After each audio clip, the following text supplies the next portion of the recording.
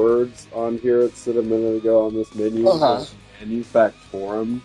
Manufactorum. Yeah, and I hope that's a real That's the name of this level. Yeah, into the Manufactorum. Oh, yeah. I hope that's a real Latin word, because otherwise that's one of the dumbest words I've ever heard.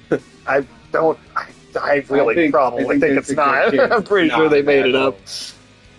Yeah, I mean, why can't you just say the factory or some shit? You've seen enough Warhammer to know now. You know the answer to that question. It's just such a dumb fucking word. I'm just saying, you've seen enough to know. Let's have ourselves a Manufactorum on the issue. Alright, we want to pull in a little bit. Oh. Let's see, is Manufactorum a word, or is it It's definitely not a word. It's just going to come up with stuff for rewards. Now, let's do a sound check here, make sure that we're good. We've actually got a surprise. Yeah, that is a Yeah, I purely didn't think so. Warhammer thing. Yeah, If you look I- it up, all no. that shows up is stuff for Warhammer. So, Yeah, I didn't think so. Say sound check is good. Alright, awesome. We'll post up the streaming notifications, but we actually have a little surprise for Michael today. no. Alex, monkey do you want to... It's not a monkey thing, but do you want to grab what I have on the shelf right back there? It's next to the Dune bucket. Oh, ew. It's just for you, Michael. I don't like Ooh, super. Cabo Citrus. Oh, what is it? Mountain Dew. Hey. It's a new Mountain Dew. It looks like engine cool. It does kind of look like engine Let's coolant. try this. This is the perfect pairing with Doritos. That's why I got it. I was like, it's specifically like, you should drink this while you're eating Doritos. That can't be good. Maybe it's Consider yourself like a Dew sommelier. yeah. Maybe this is like Dorito flavored Mountain Dew. Let's try it. Ooh, oh, no. I hope. Well, thank you. You're on the ball with this one. I haven't even heard of this flavor. I just saw it at the store today, and I was like, you know what? Here we go. I'm gonna feel like I've been to Cabo. Is that what it tastes like? It tastes like Cabo. That's what the flavor says it is. Cabo and citrus. What Dorito would you pair that with? Is that more Maybe of a cool Ranch. Yeah. Cool Ranch. It's a Cool Ranch. Or sweet spicy chili, maybe. Ooh. Okay. Provide a little more of the flavor that this is lacking. It's lacking in flavor. It tastes like 30 other flavors. Yeah, so what you really need to do is crumble up some Doritos. And put it in there. Good idea. Okay. Now you're thinking like a dew spurt, you know? Yeah, they call it that again.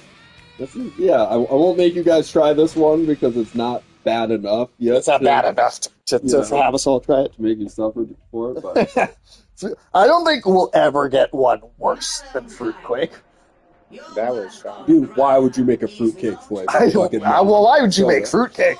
Like, I'll just be like, just from the outset. Well, yeah, I'm gonna keep drinking my Coke for now, but I'll but yeah, I'll give that a solid 3.5 or 4 out of 10. You know? Okay, that's better than the like rancid Robitussin of Fruitquake. Yes, absolutely. That was like a true 1 out of 10 That was experience. Yeah, like that. But now, so I can only say and run because I would love to hang out. Oh, no worries, filling in the gap. We appreciate you stopping by. So Have a good rest of your night. Have a good night. It's like gotta be like 5 a.m. for him. Oh shit! You caught my undo. I'm telling you, we're gonna get that Mountain Dew cookbook, and that's gonna be a whole show. That's we do. one where you guys each all have. Oh, no, I'm willing to. I'm totally willing to the try it. shitty food. We're all gonna try it. We're gonna do like a full cooking show. Have like 3 or 4 different cameras. Do like a full like fully produced, Okay. It's ironic. Rachel Ray sort of thing, but with Mountain Dew. Okay. It's ironic in the cinematic. Been up all night writing a paper. Academia. Fair enough. I'm mostly on the Have a good night. hate side, but yes, yeah. Yeah, I'm mostly on the hate side too. He's a teacher though, so Oh, he's gotta. Okay. For sure. it was ironic in that cinematic how the Space Marines were like you lot are the death of heretics or whatever. All right, let's see. Let's get into this. Now, this is the DLC. We've beaten the game. I don't know if we're going to pull this off in, like, one shot today, but we'll see. Ulysses is going to be gone, I think, next Tuesday as well. And I'm honestly not sure what we're going to be starting after that. Now, what crazy shit have we missed this week, Alex? Well, you've always got something crazy for us. Oh, what is going on? I don't know. Canadian election was yesterday. Oh, yeah. Yeah. Yeah, I was paying attention to a little bit of that. It seemed like things were heating up there for... I didn't actually look at the results, though. It looks like it'll be a minority government for the Liberals, which is something nobody could have predicted 4 months ago. It's supposed to be the worst election for them ever, but Trudeau getting out, because everyone in Canada hates Trudeau. True that. Trudeau. So just not having him there made a huge difference. Sure. And then Trump decided to, like, freak the entire nation of Canada the fuck out. God, what did he do? Basically said he wanted to annex them. Oh, that. Yeah, so that changed everything. Right. So then with the combination of a new candidate and the fact that everybody... So Canada's like is a left-wing country, right? Right. Like Canada's probably 60% left voting, at least. Right. But they have like 4 parties on the left, right? Like right. the Liberal Party, and then they have like a Socialist Party and a Green Party, and then a Quebec Nationalist Party, which is fairly left-wing, except they just don't like anybody who doesn't speak French. Well, sounds like the French to me. Yeah, right. Yeah, they're basically French, right? So right. They're like racist. So the worst. They're like racist socialists. So what happened is the big thing is because Trump freaked the whole country out, people didn't vote for the other left-wing parties.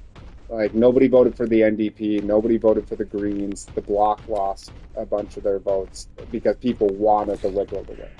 Right. Because Trump made them angry, and that meant they didn't want anyone right-wing to win the election. So a win from the Liberals was supposed to win like 1 or 2 seats 4 months ago. It's like the worst. Shit. Poison swamp. Oh, God damn it. They drained the swamp enough here. But it was like supposed to be Souls game. Supposed to be one of the worst election defeats in history. And he's not going to win a full government. He's going to have to cooperate with one of the other parties. Right. Which is going to be hard because, like, the NDP almost doesn't exist anymore. And so you could team up with the Bloc, but you team up with a national... Like, you team up with the Rock, did you say? No, the Bloc Québécois. Oh. Is that how you say it? Québécois? Québécois? Is that actually that's what people from Quebec are. They're called the Québécois. Wow, that's extremely French. Yeah, insanely French. The people in Quebec hate the French because they don't think they're French enough. Right, and the people in France hate the people in Quebec because they don't think they're French enough. No, it's like a French problem. But it would be especially hard to govern in a Bloc coalition because they only care about what's good for Quebec. Like they don't give a shit what happens to the rest of Canada. So it's kind of hard to govern the entire country in partnership with a party that only cares about one province. Right. So either way, it'll probably be hard for them to form a government, and the government, in situations like this in parliamentary democracy, the government can last like a year and a half. Right. And then it all collapses and they have a vote again. Right, because it just resets. Yep. Yeah. But so far, that's the way it went. The leader of the Conservative Party lost his own seat, which is always fucking fun. But yeah, I mean, Trump basically flipped that election on its head, and he was pretty proud of himself. Because, like, to what percentage do you think Trump actually wants to annex Canada?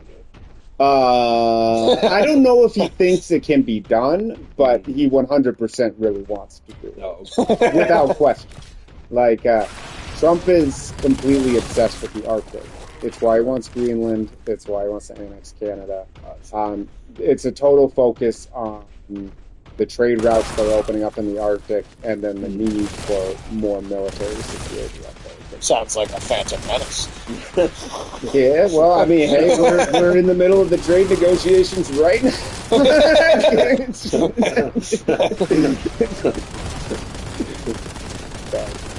Yeah, that's interesting. And then, I don't know, Canada. It seems like a really easy way to fuck with them mentally. Is just to to talk about it. Just to call him it's like when Ron Burgundy always called Vince Vaughn. How do you do, number 2? Trump just say, hello, 51. Just say that to them all the time. I wouldn't be surprised if he starts doing that. He was calling Trudeau Governor Trudeau. Yeah, he was actually saying that. But yeah, it'll be interesting to see what happens now. I don't know. It's sometimes it's hard to know how much Trump has like intimate knowledge of some of these things, but there are only a couple parts of Canada that would willingly join the U.S. That already have their own beef with Canada, and like the Alberta separatist movement. Yeah, like Alberta. They're separatists, even. They're called separatists. Oh yeah, dude, but they don't look like fish people. Yeah. Yeah, no, that's starting to kick up in the aftermath of the election, but I don't know, we'll see, but could they start speaking with racist Chinese accents just for our amusement? Well, that's gonna be if George Lucas has anything to say about it, but yeah. Oh shit. Well, at least I got rid of him. You got rid of him. Yeah, he just fell off the side. Yeah, so it'll be interesting to see how that unfolds. But Trump basically made it possible for the Liberals to win, which makes it more likely that Alberta would leave Canada. So if the U.S. was going to get any chunk of Canada, if the Conservatives won, it probably would. So we'll see how it goes. But and would you like us to have part of Canada? Hell no. I don't know, man. Trump's concerns about the Arctic are not unreasonable. Like, things are getting weird up there, you know. Yeah. The Chinese are looking for any foothold they can gain there. That's one of the reasons that. Well, they occupy so much of Russia's farmland now. Yeah, they do work. They do work the farmland in Siberia. Because as the climate has changed there, that's become some of the most fertile farmland in the world. Yeah. Well, and also China just wants to have, you say whatever you want about like politics, but like borders and stuff like that are only as real as your ability to enforce defend, enforce them, maintain control. So if there's more Chinese people living and working in parts of Siberia than Russians, then yeah, sure, Siberia is part of Russia, but who has real control of Siberia? Probably well, you draw a line with permanent marker around Siberia, it's China. But who has actual control over the region? Right. Who has people in place, their own citizens and stuff. So I think that's one thing. Russia, I think, is realizing just how much of their sovereignty they gave to China to survive through the Ukraine war, and I think it is pretty good. Well, we get stuck for a second. Yeah, we're good though. DLC. This is the DLC. Yeah, we beat the game the last time, so this is a DLC episode. Not sure. Lucy's made it sound like the DLC is a little easier, but longer than like the main chapters, or at least the last chapter for sure. Ugh. Okay. Right. There's just so much happening. Okay. I really do. Oh God. Yo, what's up, afternoon, dude? What is happening? I'm running for my life. There's gotta be something.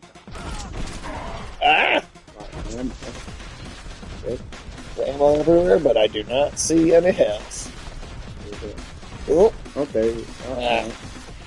kind A little of. down. Is this gonna... Okay, this is an actual place. Well, this is where I'm supposed to go. Well, oh well. I always love the like Shakespearean Yeah. gestures that he makes when he does. Oh shit, sorry, did I accidentally, like, skip a bunch of stuff by coming down here? Or at least skip the This is combat encounter? that is a sucky place. Yeah. To be, like, respawning. Ulysses moved to Germany. He went on a vacation to Germany. He'll be back. He'll probably be gone this week and next week, but... Oh, shit. In piss. Just from being over.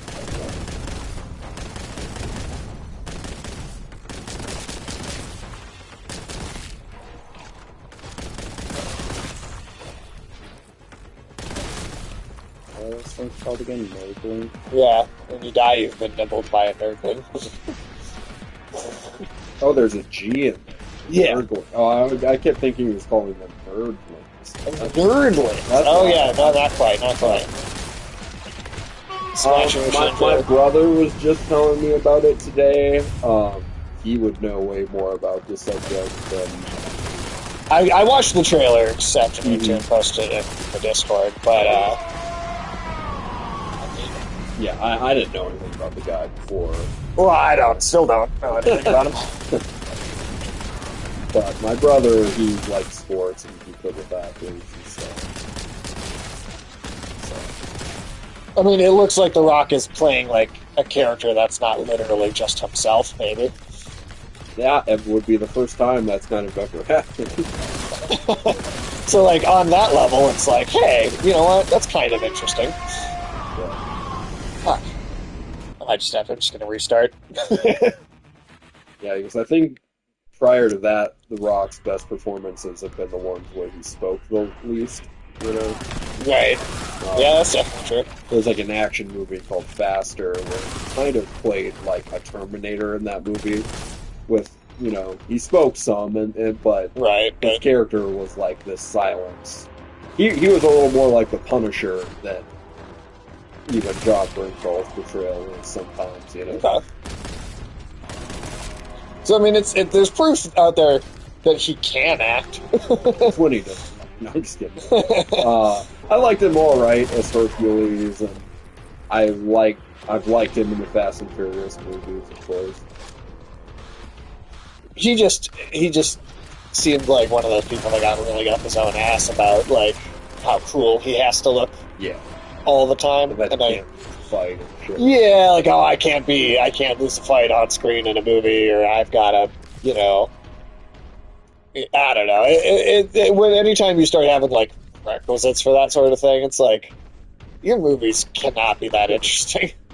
But there's only one actor like that who ended up probably having more success because of a clause like Arnold Schwarzenegger after the first Terminator had it so that he couldn't play bad guys anymore in his contracts. And that. I mean, that's one thing, but like the characters he played would get hit, and you know, yeah, but he could still lose fights. Right, he still right. had vulnerability, and that ended up working really well for him in T2. Totally.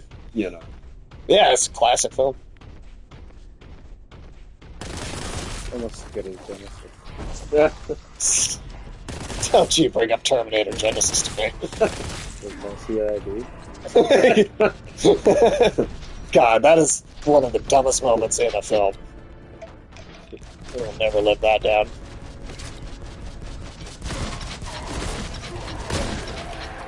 this guy that wasn't a hat.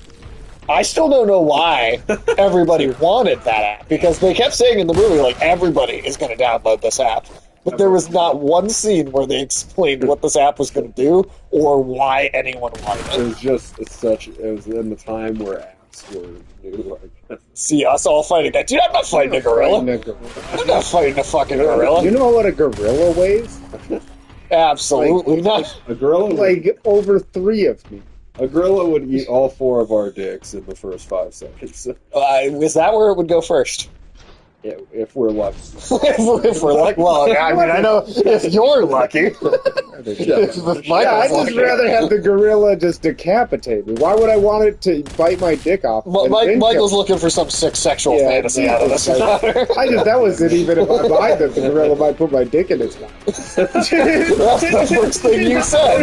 You were going to have a Thing that came to mind, dude. Oh my god, that's some Freudian shit right there. To be fair, my mind always goes into the pussy and the dick first. Okay, I mean, that's just Well, when it's a monkey, absolutely it does. I did not feel it like that. you said it like that immediately. Because I'm used to monkeys making it as, fucking Making you painful.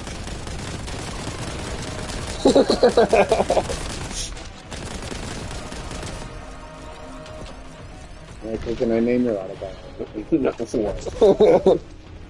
What's this autobiography going to be called? I want it to be called Simians and Seamen. I'm not No. Oh, come on, that's got to be it. I think that has to be. You only get to do that if I get to put little troll doll like gnomes all over your. You guys casket. already Your- decorated. No, I mean over your casket when you die and you're open. We're doing that. Are we not doing that? I thought we were doing that. I think you guys brought that up at one point, and I asked you politely not to. Yeah, and, Alex- and the response was something like, "Ha, you're gonna be dead." That is like the like taken over Twitter conversation. Yeah, Now, I've is seen people that. arguing. I saw somebody ran. Could 100 men beat one gorilla?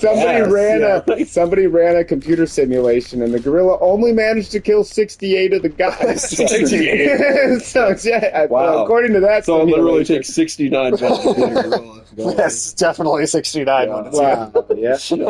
God. Michael. You keep doing it to You're yourself, dude. With Alex's statistic thing. He said 68. I did say. What is the next number after 68? Well, but that doesn't mean. There's a special significance to that number, though. Yeah.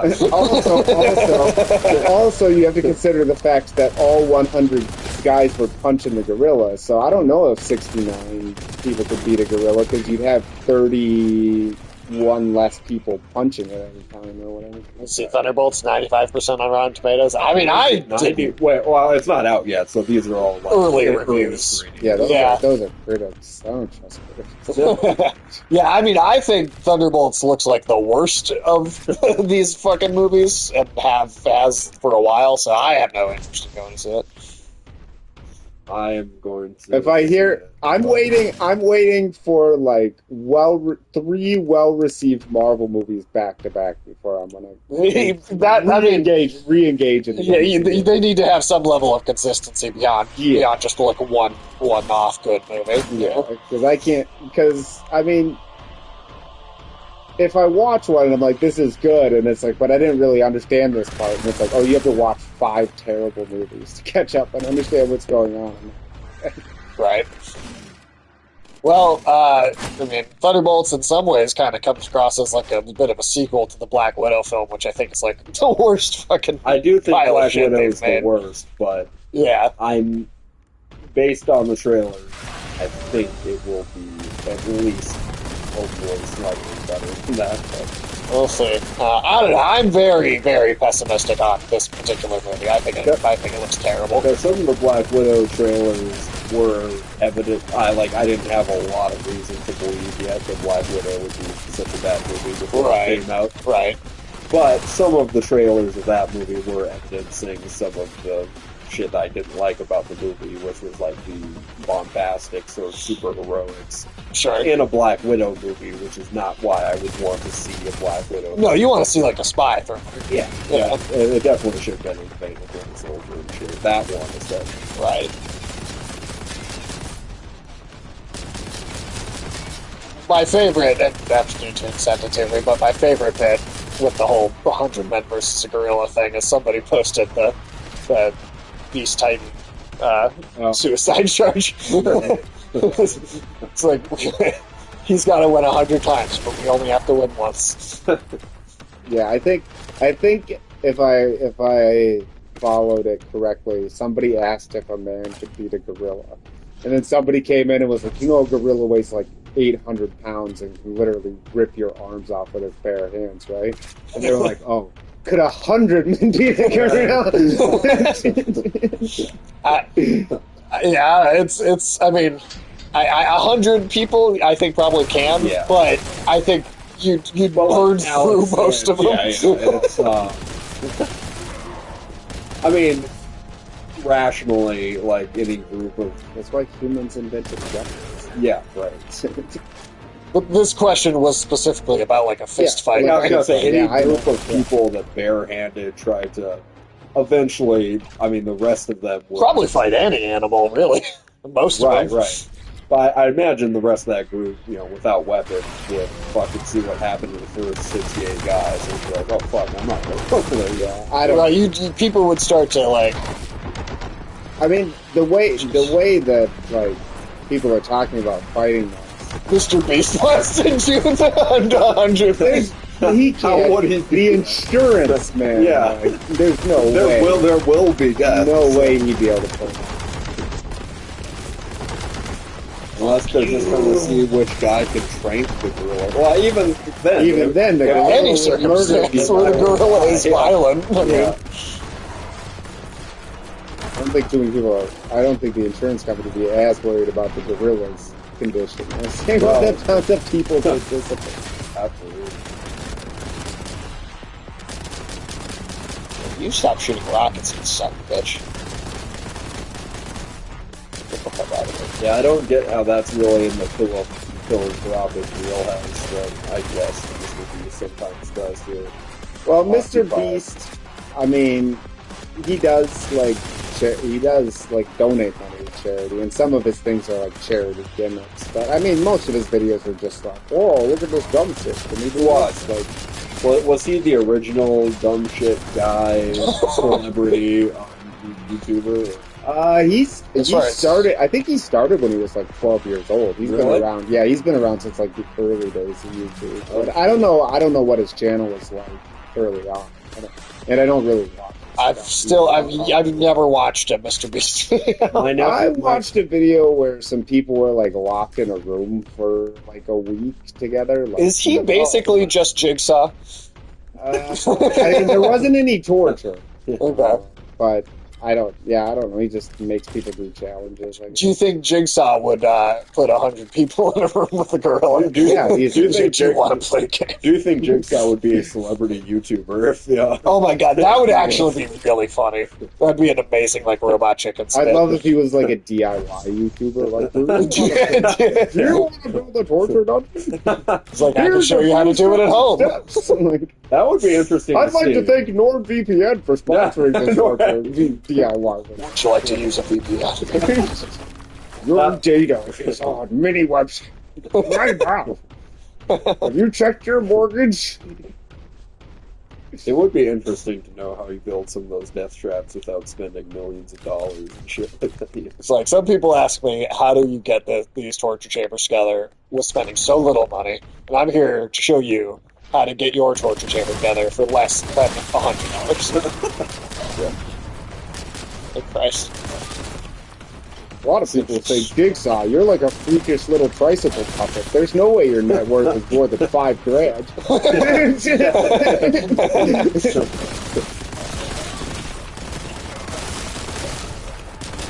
I would like that.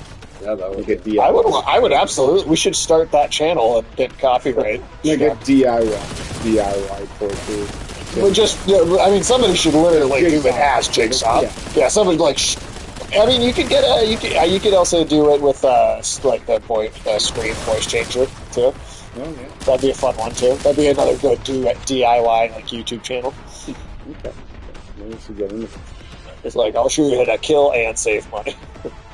curious to what degree copyrighted that is. Right.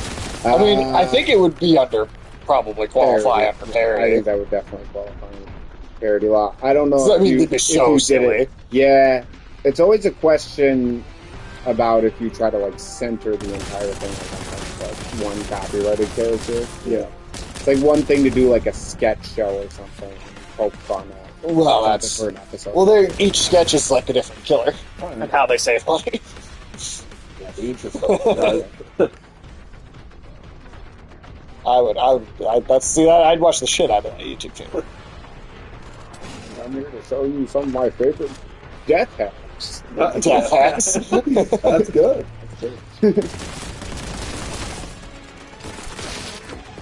My nephew. The Jason one was pretty funny. Jason. See him standing there silently.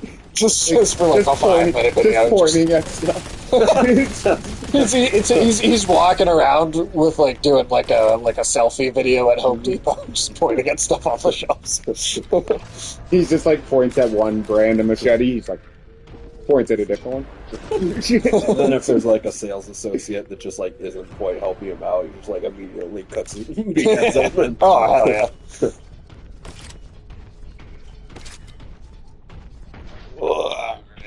But yeah, I don't think my nephews who are like 7 and 10 have ever watched like a Mr. Beast video per se, but they've watched a lot of YouTubers like that. Sure, Yeah. doing so similar types of things. Seen a lot of content like just like I enjoyed this Australian YouTube channel for a little bit. I mean, the gimmick got old, but they had like access to a fire tower. okay.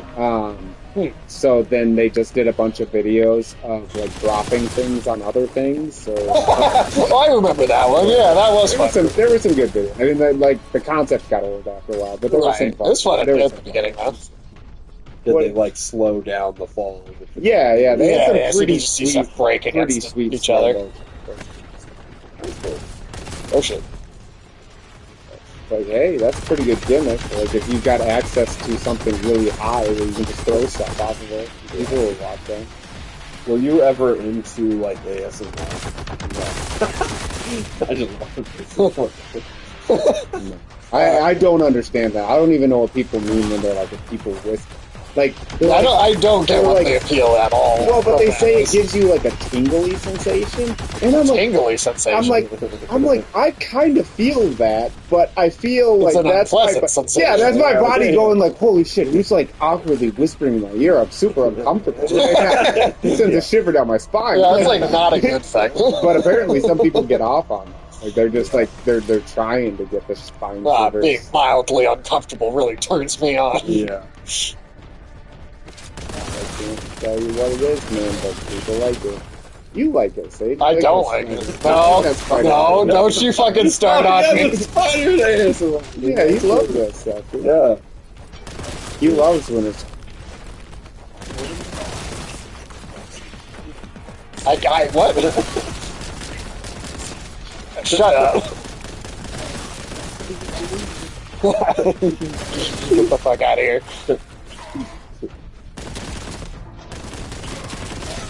We haven't talked about spider stuff in a long time. That's good. I feel like we don't. Constantly. It is constantly. feel like we I'm don't not the get one enough. bringing I up feel like- sexual, Yeah, that's true. comments. That's true. when other I- people are bringing up I spiders. really want to roast Sage over the spiders, but you straight up said that you were like, if I fought a gorilla, he'd put my dick in his mouth. If you change that 6 to You said 68 fight. to You 69 definitely very said fast. bite off my. You said the first thing he would do is bite off my dick.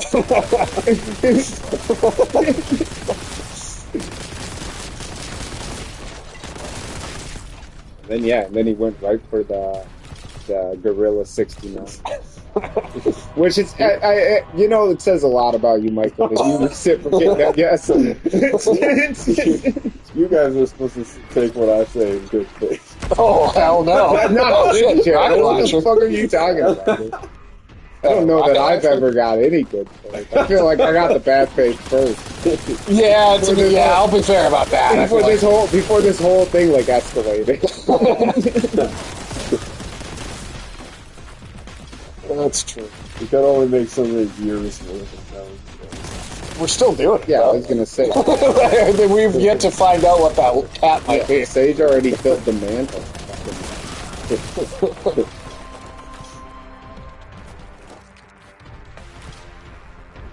I am like, probably 25 or so hours into that Expedition 33 game at this point.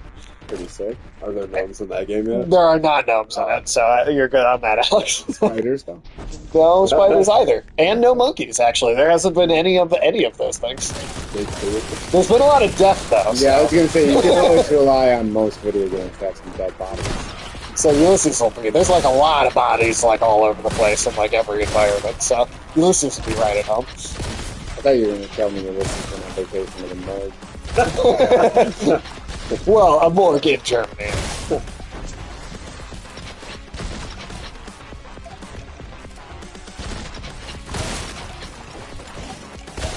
Or to find out from Ulysses what it's like being an American tourist. Yeah, that's got to be an interesting experience. Apparently, some people are pretending to be Canadians, but then if they run into actual Canadians, the Canadians are really That's good. Are there like YouTube videos of that? Or... I saw some posts on Twitter about it. I didn't see any videos. Maybe That's that's unfortunate.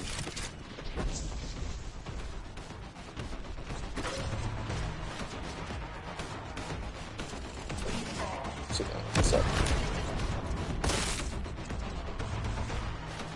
Nice. I still remember years ago, Alex, when you showed us this video of like these Scottish kids or Irish kids or something, and they were filming just outside their window this like drunk person trying to park on the street. It's a great 20-minute video. They're literally cheering her on by the time it gets to the end. Yeah. Oh, yeah, I did. Yeah, I was able to get it working and everything. Yeah. I ended up having a like progress blocking bug in Assassin's Creed Shadows, and so the problem was an NPC that you needed to talk to progress the story was spawning at the wrong place, and because he was in the wrong place, you couldn't actually interact with him. You'd go there and he'd have a symbol over his head, but like you couldn't. You just no matter what you did, you couldn't actually like talk to him. So rather than wait for like a patch or something to like fix the problem, and who knows how long it would take Ubisoft to do that, the solution was slowly nudge the NPC to the correct location over like the course of 2 hours. Oh, really? That's what you did? Yeah. Holy shit! Yeah. I would not have had to. To get him out of like a castle and then onto a road. Castle? Jesus. Yeah, you had to get him down like this giant castle, then onto a road, then down like this like giant stretch of road up to like a different castle, and then get him inside that castle. That's something you should have streamed for 2 hours. Just should have been hilarious. that might have been a funny stream. I wanted to just, I don't know. I was listening to a podcast, so I was just like, I'm just going to do something else at the same time. But That's commitment, dude. I mean, I never would have done that. Are you back on the Assassin's Creed bandwagon, so? it's a better game than the last couple, but I did give it like a 7 out of 10. It's good, but it has a lot of problems still of like what I would consider to be the problems of the franchise. I think that the story just isn't that great. It's mostly pretty forgettable, honestly, and kind of bland in terms of the characters. I think the world is really good, and like to move around in it and explore it is a lot of fun. And it is a lot smaller than the last couple games, too. Like, it's not nearly as overly massive and bloated. And so it's not going to take just, like, the sheer, like, ridiculous time. Stupid achievement monkey crap. And there is still some of that open world bloat, but it's just not as overwhelming as the last couple of games. Yeah. Odyssey wasn't as nearly as bad as Valhalla. I didn't play that. I was exhausted with Assassin's Creed. Oh, really? Yeah. I mean, I played Valhalla, and Valhalla, just in general, I think was not a very good game. It's their most successful one, though. So, Just showed that you can always pump out crap. But the last really good one was still Origins. yeah, I think the last one that I would say was a great game was Origins. I think Origins won the Egyptian world was just interesting to run around in. But you just don't. One, it's just unique in video games. You don't get that setting. Yeah. All these other settings, Vikings, Yeah. Ninja, and say like you get these things. You get all of them in some capacity. But Egypt is unique, and then I also just think the Bayek character and his like revenge quest for like against like the cult for the murder of his child was just an actually good character that was engaging to follow. Yeah. And so even though and Origins even had some of the bloated open world stuff too, definitely. it had that, but because Bayek was actually interesting to follow and like see the story of play out, it ended up still kind of working and keeping you like interested enough to get you to pull all the way through the story, because you got it, like, there was like, hey, I actually give a shit about like what this character's, how he's going to end up, or like where this is going to go. Honestly, Bayek's probably my second favorite like protagonist in an Assassin's Creed game since I was gonna Ezio. say Assassin's Creed probably only has a handful of great characters. I'd say there's only 3 like protagonists that I really, really like, which is Ezio, Bayek from Origins, and then the Edward Kenway, which is the pirate from Black Flag, which is voiced by Mac Ryan, who everybody knows today as like Constantine. But yeah, that's also really good. Oh shit! Damn. Oh, it's one of those big fucking ones. I'd say probably a fair number of Yeah. people. Oh, god damn it, he's like...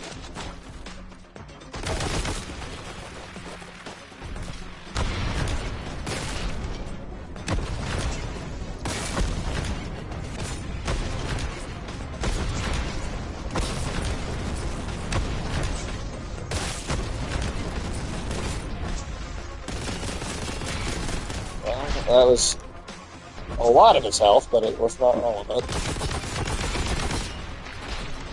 Ah, fuck. I bet you a lot of people's greatest amount of exposure to Matt Ryan's Constantine has been in animation, actually. Probably, yeah, honestly. All the DC8U movies was Totally. was him. Yep, that's all him. I think the Tomorrowverse of animated films as well. It is, yeah, because he was technically supposed to be the same version of that character, even. Yeah, and I think they made his own like animated film. Yeah, I think it. Thing, I think it was like it was like a web series, and then I think they released it on DVD. Yeah. Yeah, they did release like a version of it later too.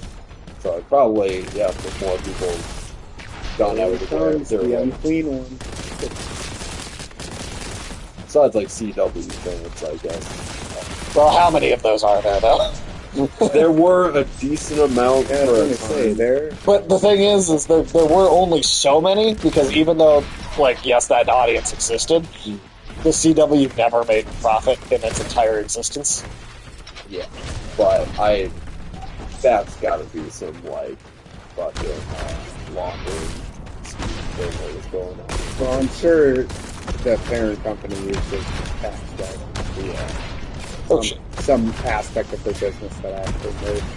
Yeah. Well, basically what happened was Netflix paid for the right to stream everything that the CW made for a long time. And so basically... They're just living off Netflix money. They were literally living off of the money Netflix gave them. Like, that was literally the entire company for a very long time. They're like, this Netflix paycheck is about to run out. We've got to cancel the network. Basically. Yeah. All those CW, DC shows, all of that was just being made off of Netflix money. I mean, it does explain, like, you could only make so many crappy shows on any other network before, the rating could be so low, Yeah, well, because the ratings on the CW were consistently, for their most popular shows, were low enough for a show to get canceled on any other network. Like they genuinely. Supernatural must have been their highest rated show for quite some time. For a while, I think it was, yeah. And then they had a mix of that kind of like good content. Oh, yeah. Vampire Diaries and stuff. That Oh, yeah. Yeah, the stuff relatively that- popular. Yeah. Yeah, stuff I'll be watched. But I mean, like those shows were genuine popular for some reason. Yeah, Well, I could never I get mean- into those ones. But I mean, again, though, popular for the For the CW. Because, again, they would have been canceled on any other network with the exact same ratings. the Supernatural was one of the few shows that I feel like was actually tailored for a different demographic than a lot of the content on the CW was. Oh, absolutely. Like, they actually cared about, there being male viewers, I feel like, for Supernatural. As opposed to every other schlock that college people. And then, I mean, at a certain point, that wasn't the case anymore, too. Right. Well, we actually had a long conversation Yeah, about that's how we that. talked at the beginning. Yeah, we started the stream off with, like, we got really into that. Yeah. If you want to recap a basic version of it. But, Yeah, I mean, it's maybe the single biggest turnaround in political fortunes I've ever seen. Before Trudeau resigned, the Liberal Party looked like it might win a couple seats in the entire election. And then between Trump's threats and getting a new candidate in for prime minister, it changed everything. And my thoughts on it? Western Canada's pissed. They're going to remain pissed. That will probably define Canadian politics for the next couple of years, is how mad Alberta is about the fact that they're about to have the fourth Liberal government in a row. But, oh, thank God. There we go. Carney probably is the right person to negotiate trade with the U.S. He has a better understanding of economics than maybe anybody that could have been elected in Canada. We'll see how it goes. Huh? Australian elections on Saturday. Okay, so that's coming up, too. Yeah, nobody cares. No, seriously, like in Australia, they couldn't give a fuck less about this election. It's like the least anticipated election in Australian history. What is their party system like? They have a true two-party system for the most part. They have like smaller parties, but they're not as important as they are in like Germany or Canada or something like that. Mm-hmm. So they basically have a right and a left party.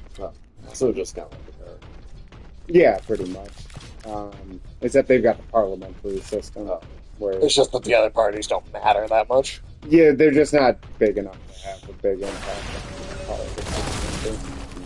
But I don't know. I mean, people aren't super happy with the prime minister they've got now, but they're not really excited about their conservatives are called the Liberals. That's a little confusing. Yeah, that shit gets confusing all over the world. I mean, that's the thing is, right, is you start looking at, like, the way the political dividing lines are in different countries' politics, you could, I mean, like, the line of what is left and what is right is so completely well, like different. the Conservative Party in Canada is probably closer to the Democrats than in Canada to the Republicans here. Different. I mean, like the political spectrum is different in every country. America is probably the most right-leaning country in what would be traditionally politics. I think that's almost undeniable. I mean, like we've brought in a lot of countries into Eastern Europe, kind of into the West post-communism, and some of those countries are more conservative than the U.S. But like the traditional Western Europe, Anglosphere kind of combo, the U.S. is definitely most right. All of those. So yeah, you can't really compare the Republican Party in the U.S. to.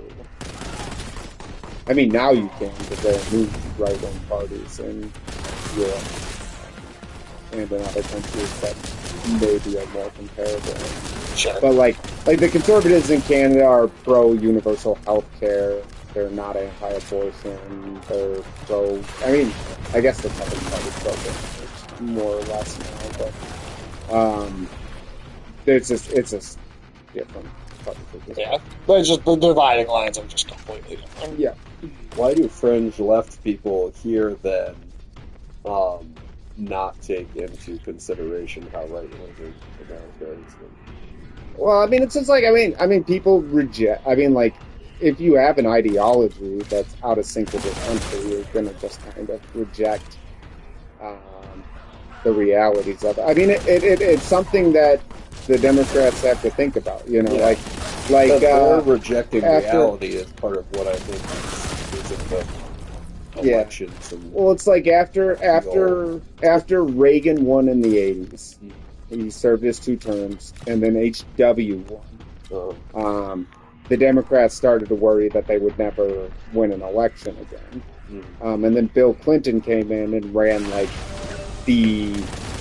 what in America is like a truly centrist campaign, like law and order, balancing the budget, like stuff we usually associate with Republicans, but are just kind of generally popular in the U.S. That was all Bill Clinton's campaign. And that was Bill Clinton's campaign, and what that basically was Bill Clinton was resetting the Democrats to be a center-left party, because center-left parties can win. Yeah. A truly left-wing party in the U.S. will struggle, for sure. We just have the South. It changes everything about the country, the fact that the South exists. Yep. Clinton, Herp 11312. Welcome in. Yep. That's a first-time commenter there. Yep. Clinton did a lot of stuff. He aligned the Democratic Party with big business, which we're reaping the results of that now, as both parties are like corporate captured. And the Democrats are almost more reluctant now to criticize corporate power than the Republicans, which is insane. I couldn't have possibly imagined that as a child. Like 20 years ago, that would have been... You would have called yourself from the future a fucking liar. Yeah. Well, it's been like the tariffs thing. Like, there are lots of legitimate criticism against Trump for the tariffs, especially the implementation and stuff. Watching some of the Democrats become like full like Fox Business pro endless free trade crusaders, Just completely swapping their positions. Just quoting Milton Friedman and shit. And I'm like, who are you? Boltgun and international politics are my 2 niche special interests. Oh, there you well, go. then you came to the right channel. Welcome in. Well, no, yeah, seriously, welcome in. I don't know if you just... Yeah, I don't know if you found us just because you saw this is the game we were streaming, or if you followed us from before or something like that. But welcome in. We're glad to have you. We get into some pretty niche discussions here. That's for sure. In between the politics guy. Yeah. Ulysses is like a true understander of military conflicts and what's actually unfolding on the ground. Like in real time. Yeah, in a way, really fucking that I know more like the actual geopolitics and like government to government stuff. But I could not even know with Ulysses on his understanding of like what's going on militarily. That's one of the things that I think has made our book that we're working on, I think, as good as it is. He is just able to apply just such deep real world military knowledge to how we structure things. I'm always impressed by like his knowledge of like what's going on in the ground in Gaza and in Ukraine and stuff like that. I usually am just more aware of like what the general political and like economic pressures. Yeah. Plus, I miss Ulysses' commitment to British guidance and stuff like that. Oh, fuck you. We're going to tell him about how you jumped to monkey sex. Yeah, I'm sorry, Michael.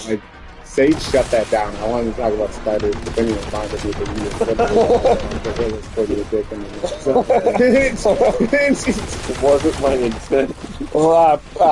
Perp 1213, we're also degenerates here too, so be prepared. Oh god. Dude, oh god. Oh, you're pure actually. There's help up top. There he is, I just got it. There's a secret as well. Just gotta make it to the actual health packs. Okay, there's you out there. Get out of here. Oh yeah. Yeah, I don't know. I didn't even know the Australian election was coming up until I was like watching like post-Canadian election coverage. And they were like, hey, the Australian election's on Saturday. shit, that like slipped under the radar for me. And then I tried to like see what was going on with it, and it was just like total apathy. Like most of the news is about how nobody cares who wins this election or even wants to vote. I was like, oh, okay. That sounds a lot like America in that aspect too. True.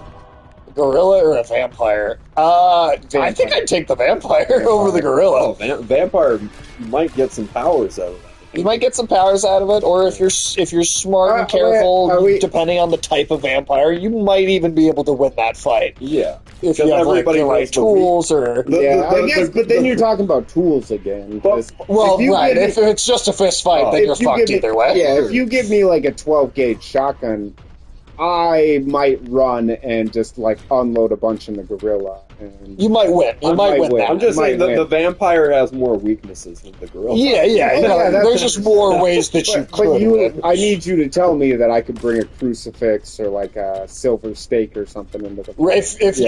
If you are not allowed to bring any weapons, though. But some vampire. I think I'd still go up against the vampire.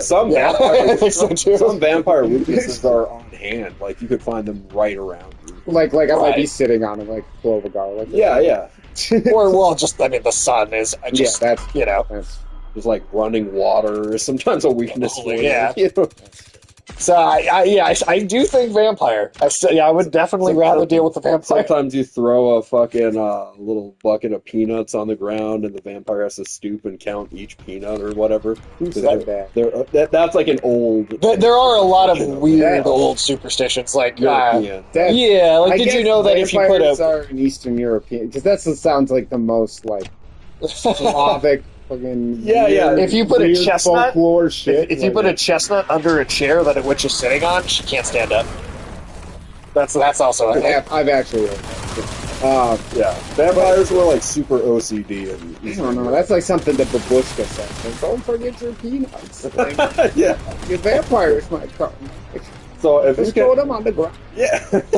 So if you can be a vampire, or like squirrels, really. Yeah. If you can be a vampire with peanuts, then the gorilla is ultimately the far superior killer. Yeah. You can't be a gorilla with peanuts, man. There's just no situation in which that's going to happen. The gorilla's like, I'd rather have peanuts. I think you might calm down, dude. He's doing it to himself. You can't get mad at us for bringing it up either, because you keep doing it. Maybe I'm kind of into self-harm. Woo, Jesus. You blew the fuck up out of Imperius. Just like you blew that gorilla. Oh, he's blowing the gorilla. You are. Michael, you just said it, and the gorilla's going to point at me and say, I want your... You're leaning all the way. I like leaning. Yeah, especially when it's a gorilla. Apparently.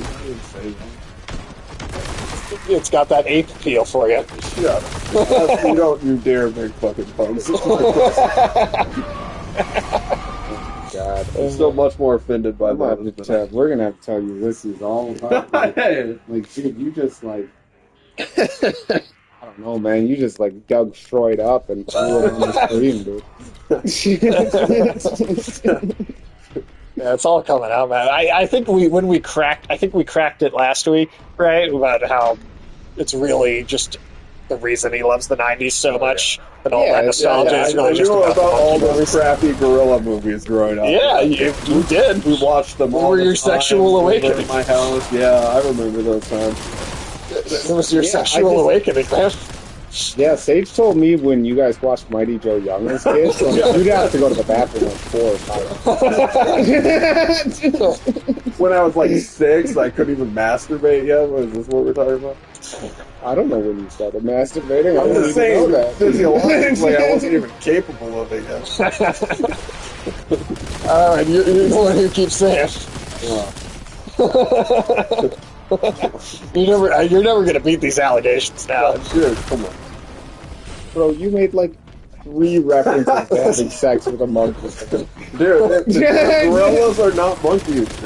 Okay, well, whatever. Fine. You made reference to having sex with like, apes, then. Apes, yeah. I don't think that's what you accuse me of doing. That's what you're saying. That that's what you keep saying you're going to do. I accused you of it, and then you admitted it. I didn't feel like Kojak. No spoilers, but you're going to want to hit every switch you see on this level. I will do my best. Our co-host that's played this already is out for this week, so he's We're lucky to get away with that. well, hold on, Michael. He doesn't like it when everything is like warm, right? He's looking for like a very cold sensation. Cold fluid, yeah. He uses like formaldehyde, like it's lube or something. Hey, he's the dead fucker.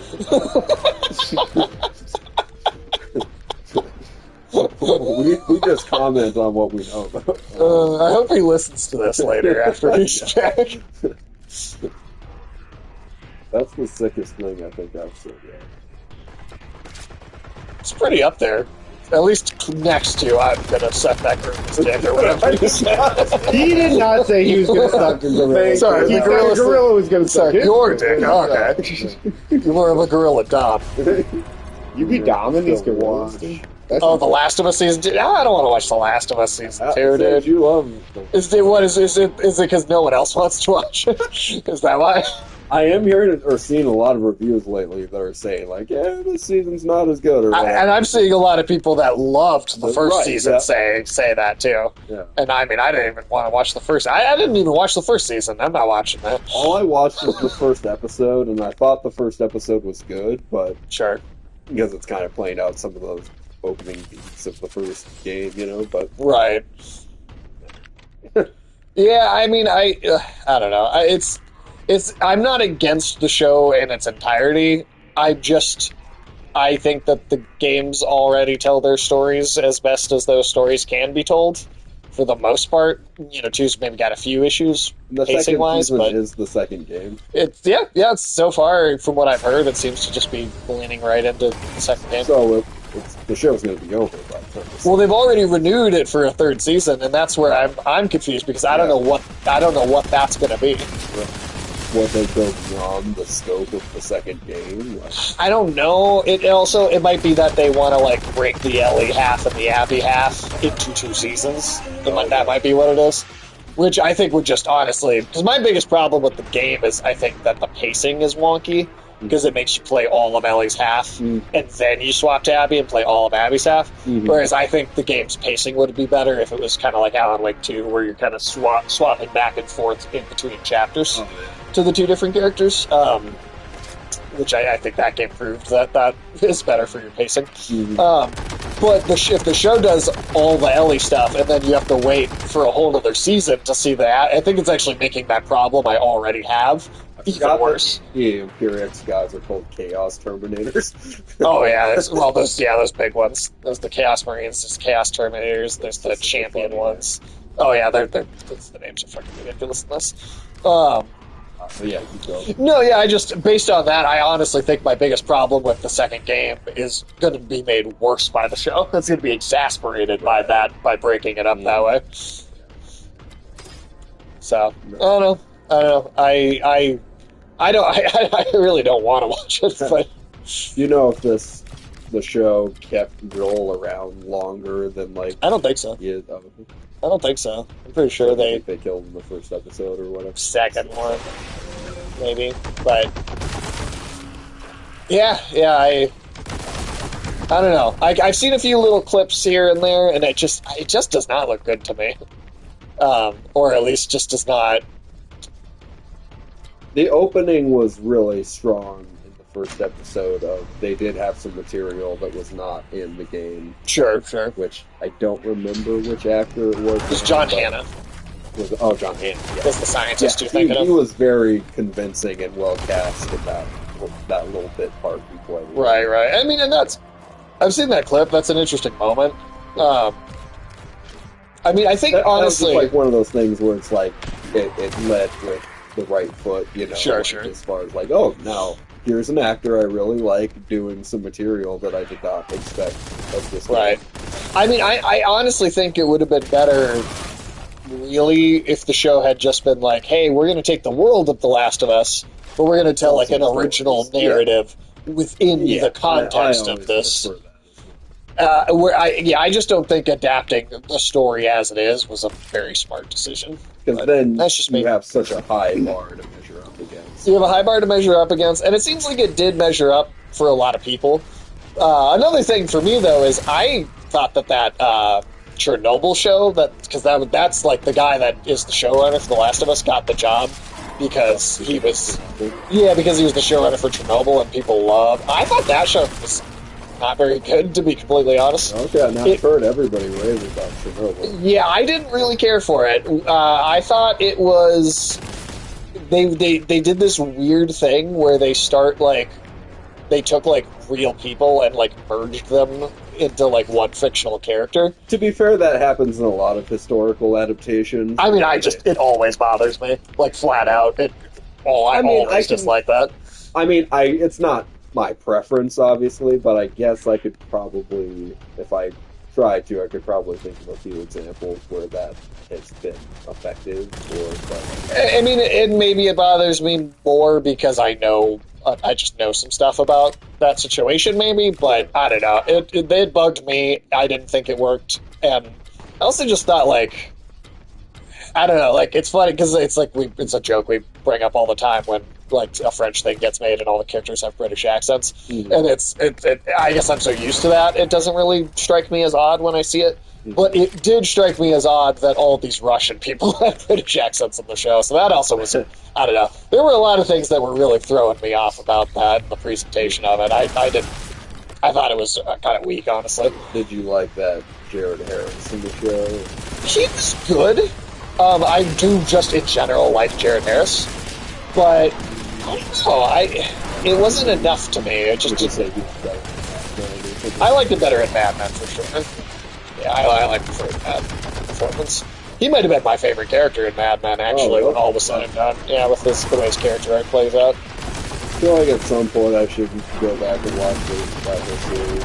It is very good. It's slow, but it's good. But that's also part of why it's like Chernobyl wasn't just slow. I could say that wasn't the problem I had with it because I like other things that are slow. Yeah. But I did find it. I found it kind of boring in a lot of ways. Yeah, I don't know. I just didn't think it was that engaging. And then the weird historical inaccuracies bothered me. But I don't know. I guess that's not going to be the case for everybody.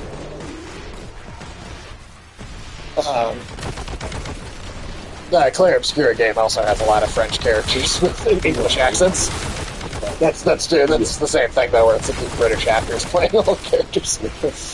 But at least it's like a fantasy convention. Yeah. I mean, it's definitely doesn't stand out as much. Like I said, it doesn't usually bother me in general when I see that. It's called Luminaria, right? Yeah, is like the civilization. After that candle from Beauty and the Beast. I mean, I don't know if it's specifically named after that candle. After the candle. I don't know about that.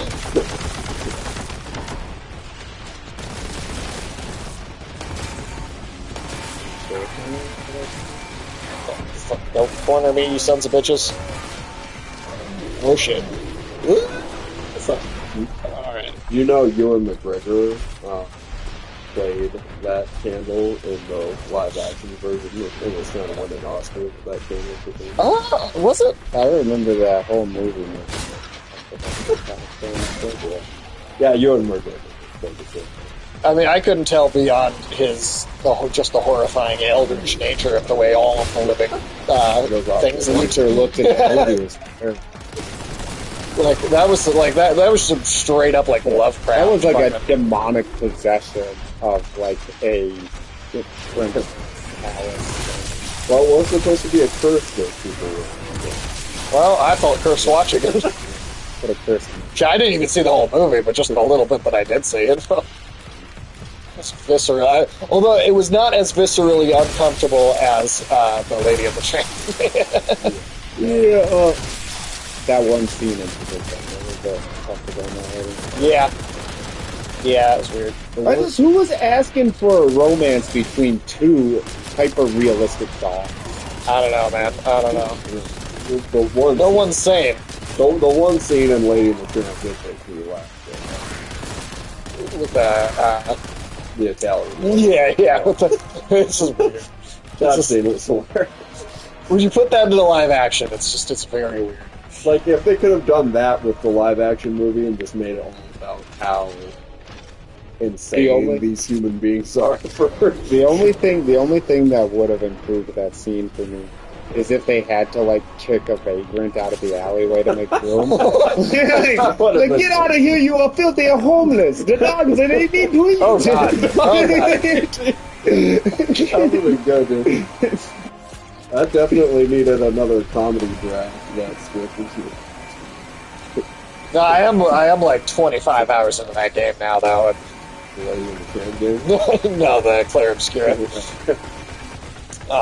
This guy's such a dumbass. But, yeah, 25 hours in that? Yep, Is that about 25 hours in. Is that like the halfway point or something? So the story is about 30 hours, Okay. and then there's also about 30 hours of like side stuff to do. And I've tried to do a lot of the side stuff as I've found it, but some of it's also just like too not high enough a level, right, for some things. Okay. So I don't. I'm in the second act. Seems like there's going to be three. Yeah, it seems like it's going to be three. It has just continued to be more interesting and more engrossing as it's gone on, honestly. Like, If you're going all Schwarzenegger Predator movie, shooting your thing. well, it worked. You got stuck in the corner and just wasn't even trying to fight back. Oh shit, there's a secret in there. Didn't even know. You have one more switch to flip in. I'm sorry, what? In the room, you have one more switch you can flip, I think. Right? Did I? Did you get them all? I think I got them all. Nope. Oh.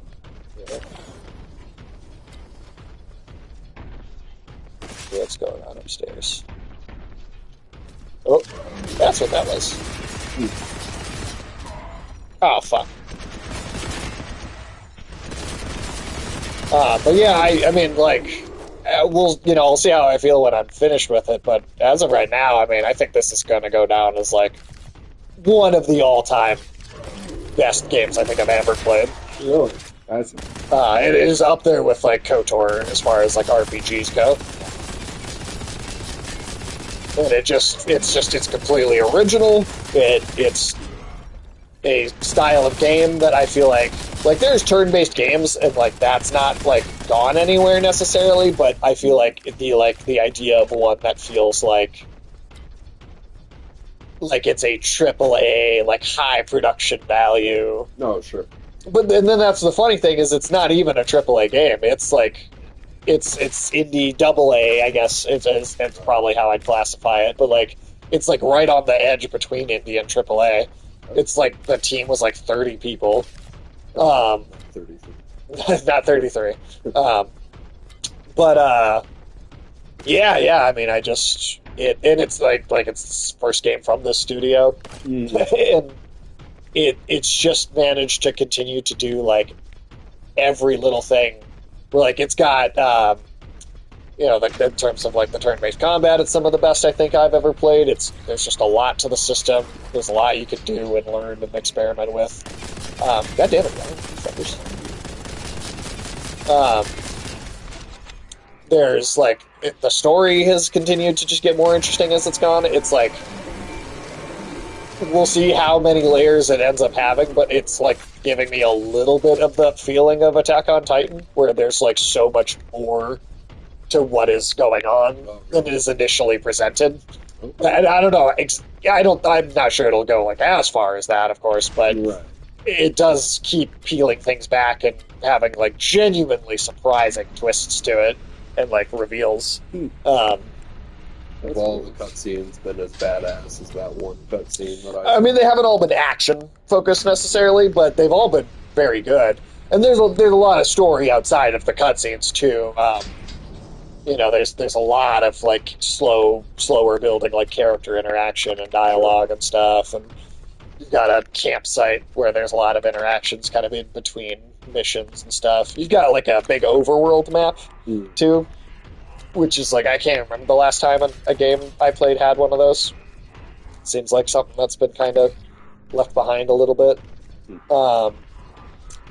And then like, but it's also like, and as much as it's got this like great turn-based, almost like the best of Final Fantasy to it, it's also kind of got a bit more of the like From Software, like dark kind of Souls RPG elements to it, like the way that you like traverse through areas and then have these like rest points that will make enemies respawn in exchange for getting your health back.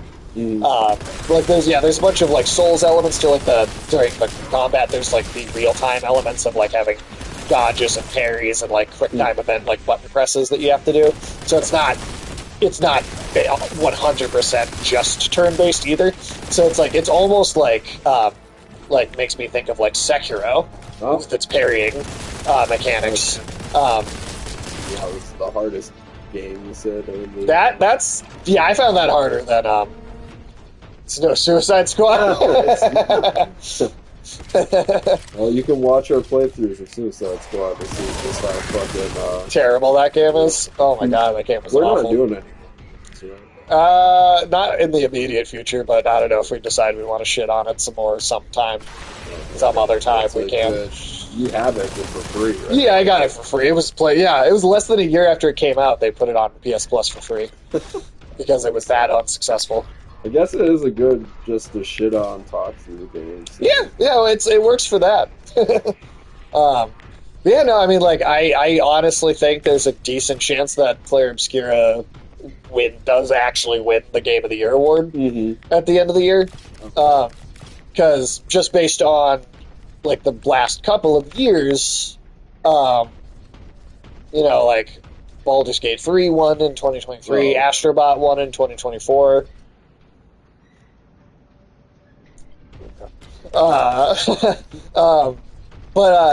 So it's not just that the games that have won have even been good, right? There's this element of like a bit of an underdog story to them, smaller studios, or kind of like there's a lack of like kind of corporate direction in the games that have been winning. And so like there's a lot of other games this year that I think are going to be really good that are still coming out. Death Stranding 2, Doom: The Dark Ages. The Ghost of Tsushima sequel is coming out. I think there's going to be a lot of other stuff that in any other year would be like, ooh, I don't know what's going to win. But because, just based on the pattern of how they tend to give the award out, I honestly think this has a really strong chance of winning. And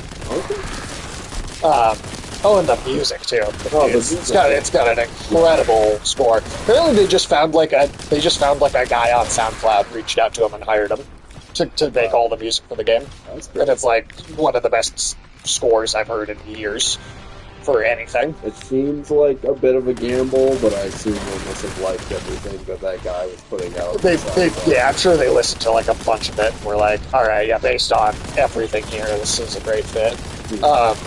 And then, just the cast is like, Andy Serkis is part of it, Charlie Cox is part of it. Has his character, I assume his character Andy Serkis is spoken by this point. Yes, I've gotten to a point where you've got a little bit. I still don't really know what his deal is. Okay. Exactly. Like, there's still, I've gotten pieces, but it's not completely, and that's kind of what I mean about when I say Attack on Titan, is it's like I feel like I'm getting these puzzle pieces, and each of them kind of change how I look at like the rest of it contextually, but it's also, it's like I can tell there's so many pieces I still don't have. If his character made a grand entrance, and it's definitely like, oh shit, that guy is compelling. The second time he shows up, it's even more of an oh shit moment. Oh, really? Than that was. Like genuinely. Yeah. Like, and I was like, wow, I did not expect not only for him to come back this way, but for it to be like even more of like a, oh god, I don't even know where this is going now. Okay. I don't know. I don't know where it's going. Like, I feel genuinely like surprised, and is he the weird hands for a face monster? No, Oh, nope, that's nope. different. I even fought one of those as like a big boss of an area, and those are just another type of creature. Okay. Very very strong ones, and I don't know if they have And like did what it- their origin is necessarily, Did it but coincide with his introduction at all into the game, or did it just happen to be there? so the other time the other time he shows up, it is at right after the boss fight with one of those things. So there may be some connection, but he's definitely not one himself. That's yeah. But it's I mean it's really great. Like it's one I think I'm gonna end up doing like the 100% platinum.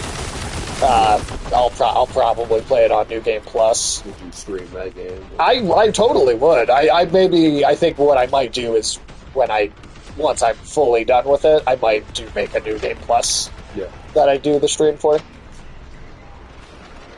Yeah, I'd like to see the full story. That guy got crushed by the elevator. That was great. Yeah, it's like I mean I honestly do. I think that like looking back when this generation of consoles is over and like the PlayStation 6 is coming out, this will be one of like the defining video games for the whole generation. I think it's that good. Damn. Impressive.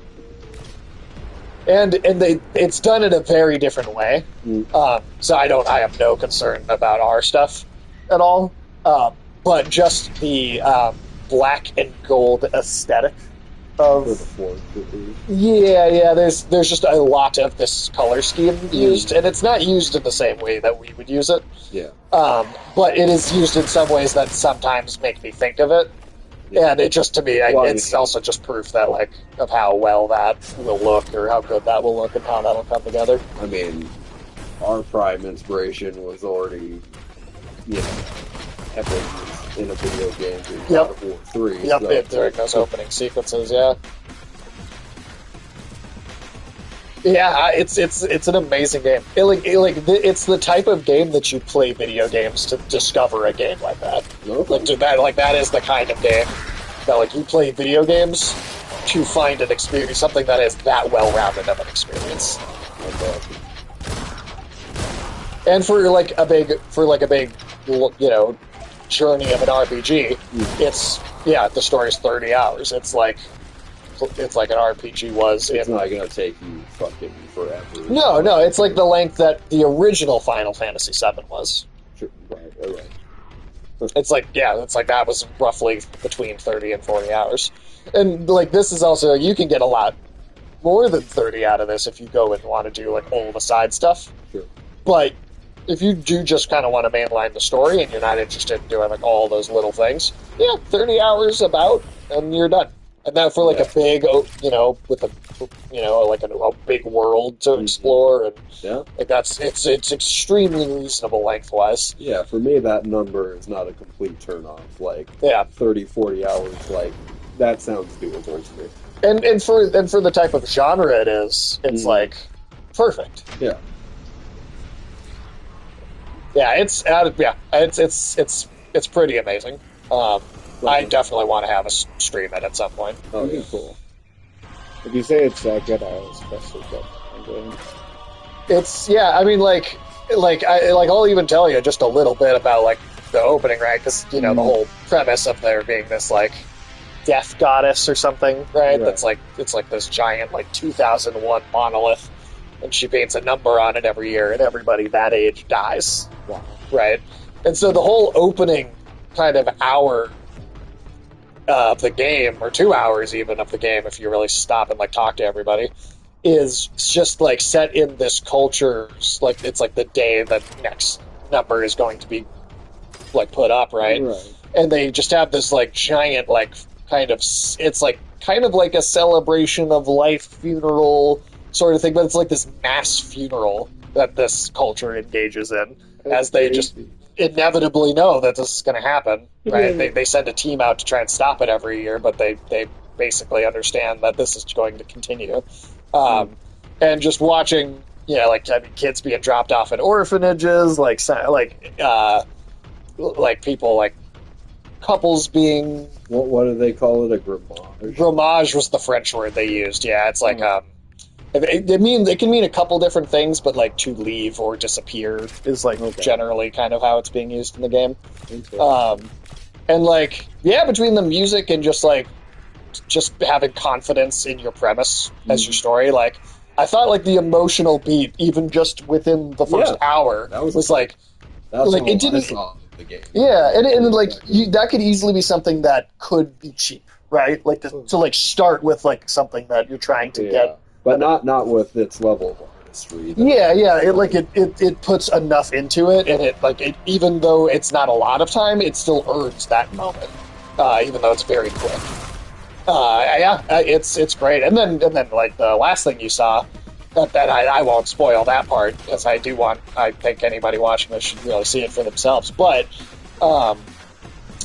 like that next big story beat, it takes another huge turn and shift into what you're doing, and maybe you could predict that might be a little bit of what's going to happen, but the way it's executed is fantastic. And then there's like the cutscene immediately following it that you haven't seen yet, as an extension of that moment, and it's like, man. They just, I don't know. It just fucking knows what it wants to be.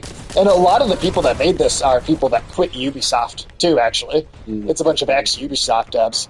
So for all the criticisms I've had about Ubisoft and Ubisoft games and how they develop stuff, it's not about the people working there, like the actual developers making the games. It's the corporate, management stuff that keeps them from doing better work.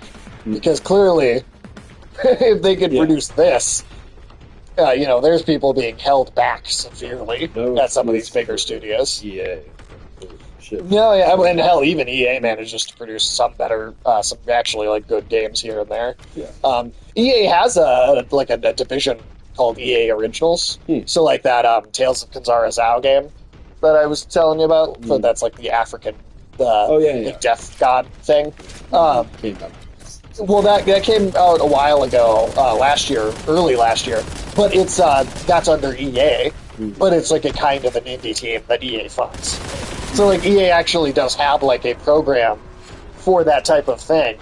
So in this circumstance, even EA still is able to produce a more creative and thoughtful video game than Ubisoft is. That's crazy. I'd say Ubisoft and Activision are probably the two worst ones these days.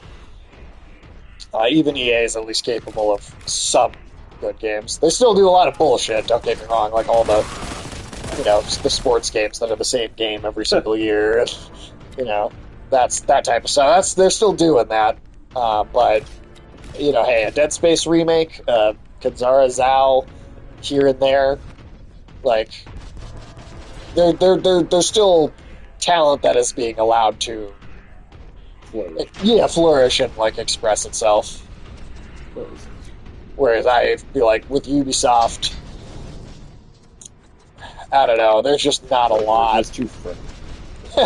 But that's the thing. This game is really, really fresh. It's very fresh, and yet it all works. It really, really works. You would feel uncomfortable. There are you even have to fight like mimes at one point, like these like French. Well, it was a scary mime too. You find those throughout like the game. They're like challenge fights that are like kind of hard actually. I don't like mimes. Well, don't worry, they all have British accents. Yes. Mimes, do they? No, they don't talk. Okay. But just the characters in general. It's like as French as the game is, still English accents.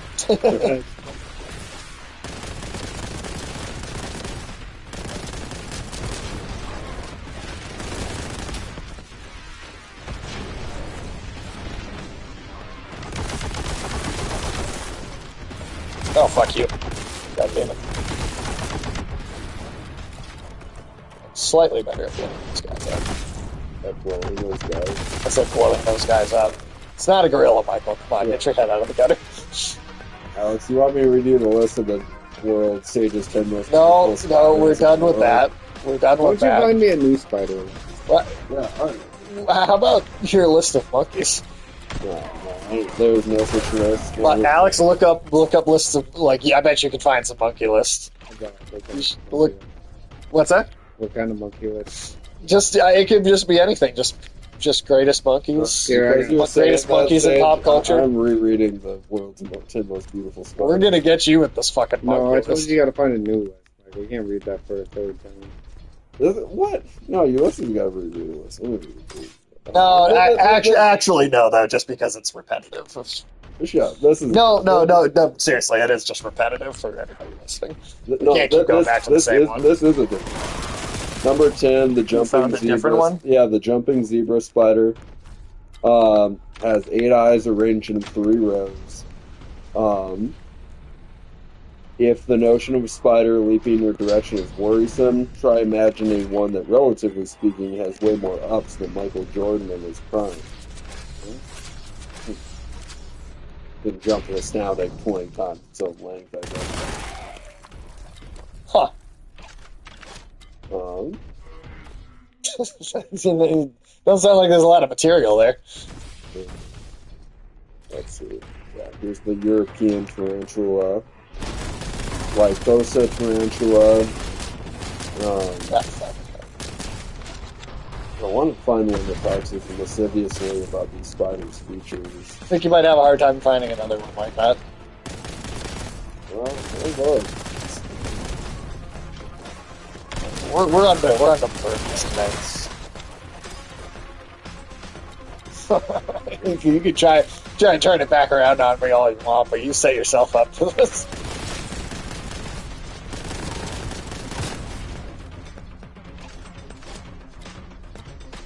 The 8-spotted crab spider.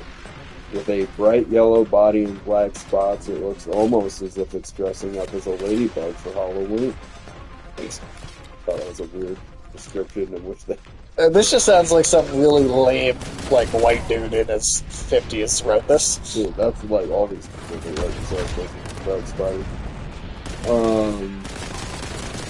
Well, some of those other ones, it kind of sounded like the guy writing the list actually did want to fuck the spider. Well, yeah, it was you. Fuck you. The David Bowie spider. What does that Now even you mean? know you'd want to fuck that. It's named after the singer who used to sport a red mane. Have I spouted my sexual desire for David Bowie a lot? Is that a thing that I've been doing? Yeah, dude, you're an awkward, young girl, kind of a scene girl or something. Am I? Is that how you describe me? Yeah, I feel like you're a sexually confused young woman. Yeah. Okay. That's kind of... That's news to me. That's the Bowie demographic, right? But yeah.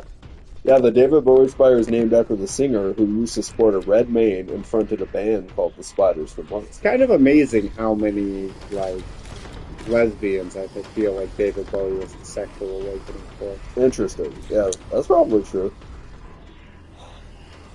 Because he kind of looked like a lady. He's kind of androgynous. Right. But I feel like Labyrinth, awoke, kind of awoke some of that, right? Probably. I feel like Labyrinth is like... I mean, I'll also say in Labyrinth he's dressed way more, masculine than a lot of his other stuff. That's true. I just feel, he's got a 6-inch cod piece in that movie. I don't know. I just feel like Labyrinth was the sexual awakening for a number of letters in the LGBT. Very well, that might be the case. I feel like that's not an uncommon thing for me to do. No, I think you're right. I'm going to find more paragraphs that talk about the beauty of these things. Well, let's hope there aren't any. Let's see. Where do you want me to go?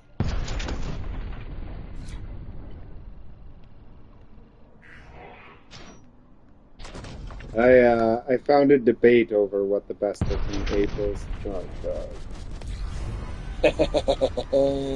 What do you think, Michael? You like a buff-cheeked gibbon? A what? A buff-cheeked gibbon. It's sending out real Civil War, general vibes, right? With the munchops. Oh, okay.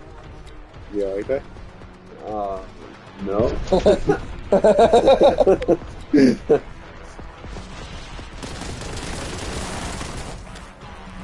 A lot of people think gibbons are pretty cool. Yeah, they're Michael's not looking for cute, though. no. This person says that orangutans and chimps are pretty ugly, but they agree with you. Gorillas are damn sexy.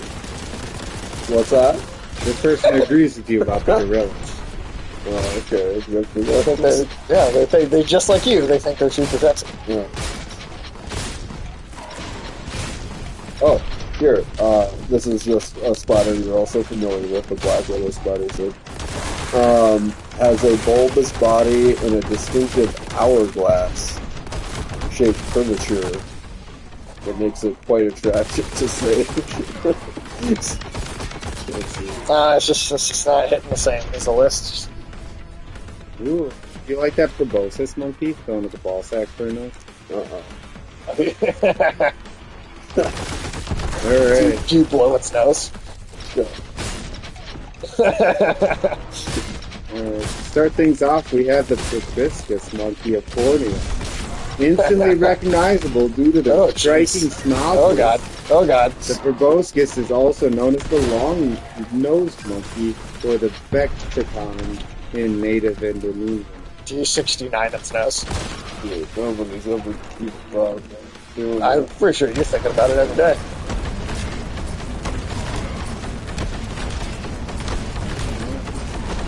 Yeah, you handed that out. Oh hell no, dude. Nope. Next up we There's so have many kinds of the monkeys. peculiar pygmy marmoset. These miniature monkeys are native to South America, notably the western Amazon basin. At just over 100 grams at full size, Michael likes to set the next... I stopped listening as soon as you said that. What? It does. It says right here. It says at just over 100 grams at full size. Oh god. Oh god. Oh Michael god. likes to set the pygmy marmoset next to his dick and compare. Oh my gosh. Yeah, now it's happening to you. Ooh, the marmoset also has some pretty freaky party tricks. Such as being able to turn its head a full 180 degrees. Why would I care about that? Because you like to maintain eye contact in any position. Doggy style eye contact, that's your favorite with the monkeys.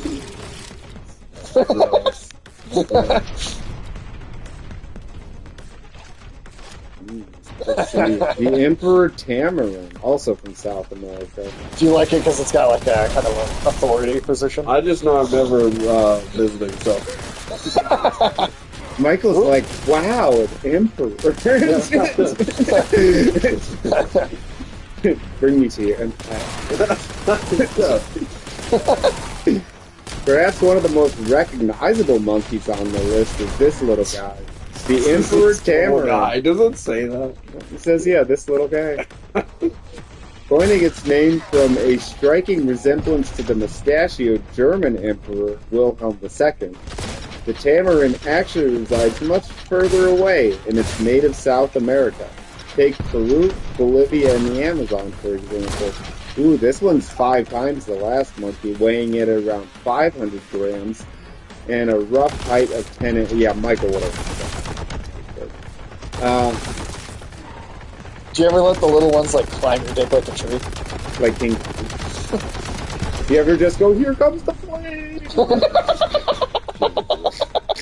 That's just ridiculous. Oh, Okay. now it's just...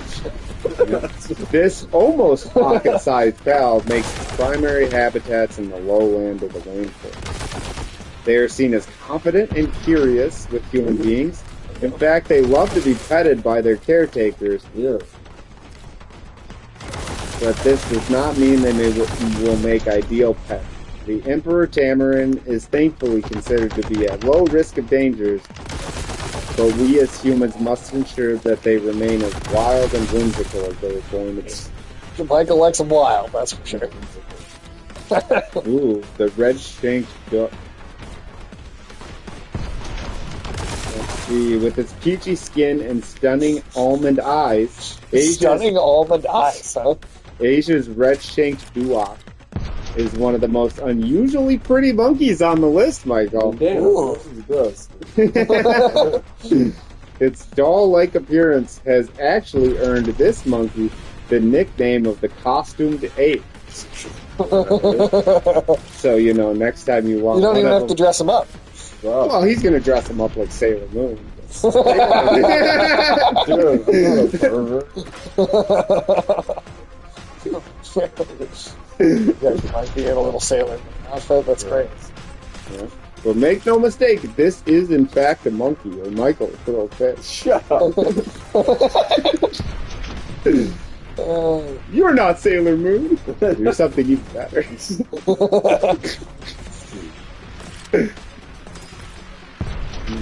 This old world monkey has evidently some particularly extravagant markings. There's a semen stain from Ew, Michael. no.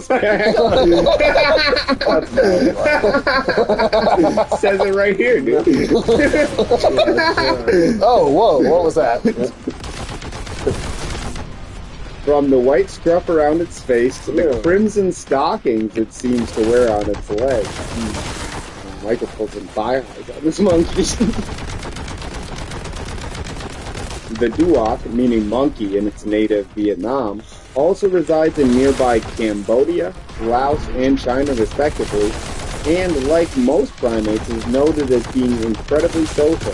In fact, they have been reported to hang out in groups as large as 50 strong. Damn, my God. That's a lot of monkeys, dude.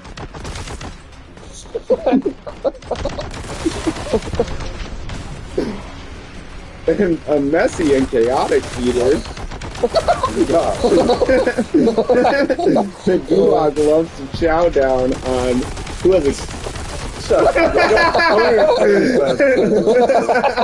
who has a guess for the class?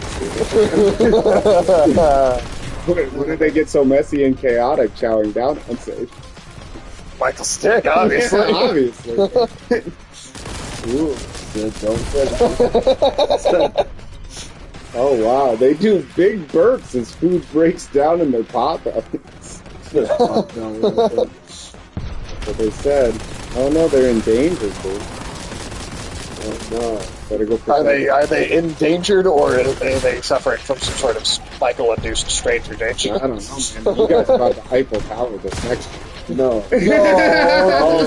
I see why. It's a spider monkey. The black-headed spider monkey. Oh, damn. Found in both Central and South America, the black-headed spider Oh, monkey so is a it's a type final slip. of New World monkey characterized by both... Is it not just an enemies will infinitely spawn sort of thing? Alright, keep going now. What's this monkey mean? So we're gonna double team. It's this type of monkey prefers a wholesome diet of fruits like you guys, leaves and seeds, but will at times. You can point me in the direction of this switch too. I definitely haven't noticed it. But at times will consume insects or even eggs if necessary. Wow, they've got a 9-meter vertical. Holy shit, that's like a 30-foot high. And branch to branch with supreme accuracy. Living in groups as large as 20, the black-headed spider monkey prefers to travel in smaller subgroups, with the males staying amongst their clan for life. Females are much more independent. Sadly, this is another species of monkey at severe risk of extinction due to habitat loss and even poaching.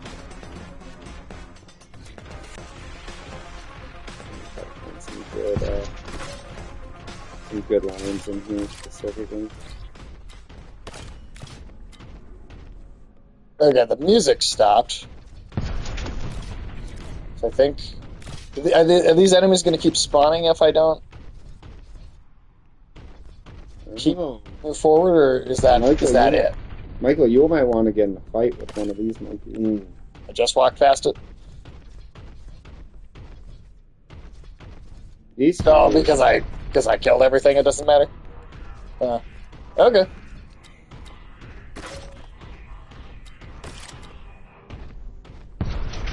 Oh well. I beat it. Either way works for me.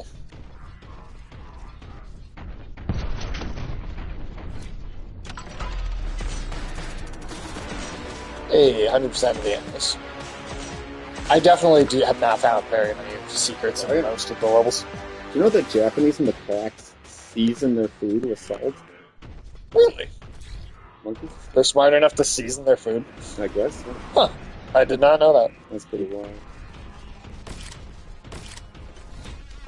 Wow, they have different accents depending on where they live, too. They have accents? Yeah, different macaques in different parts of Japan have different accents. That's interesting. Yeah. Do you have a accent preference, Michael? Mm-mm. As the Imperial, Oral, and Crack missiles. Oh, shit, okay. What kind of accent would you want a monkey to have? I definitely wouldn't want a monkey to have any accent. I don't like. I mean, even me, who doesn't want to fuck monkeys, I think it'd be cool to run into a monkey with like an Australian accent or something. It might be kind of fun. Are you saying because you prefer their mouths to just always be full? Yeah. Michael says monkeys are to be seen. Oh, in a box. That's just not classy. Gotta go, but nice watching. Yeah, hey, have a good rest of your yeah, day. thanks for stopping. Yeah, we man. appreciate you stopping in. Appreciate you. We always checking us appreciate out. somebody in the chat that knows how to play. You're right. Yes, especially since Ulysses is here this time. Yeah. And hopefully, yeah, you enjoyed all of our degenerate discussion about. Yeah, sorry you missed like the 20-minute conversation we had about the Canadian election. Well, they were able to hear a good all of the recap. Michael Monkey. Yeah, I mean, conversation. That's what that. important thing. Yeah, that's what really I matters. usually don't talk about it. Usually talk about stuff. I mean, All I know is I was reading through that list and damn, Michael, you are endangering these monkeys. I think a lot of different types are just like. I don't know, dude. Are you the man-made disaster that's happening to these monkeys?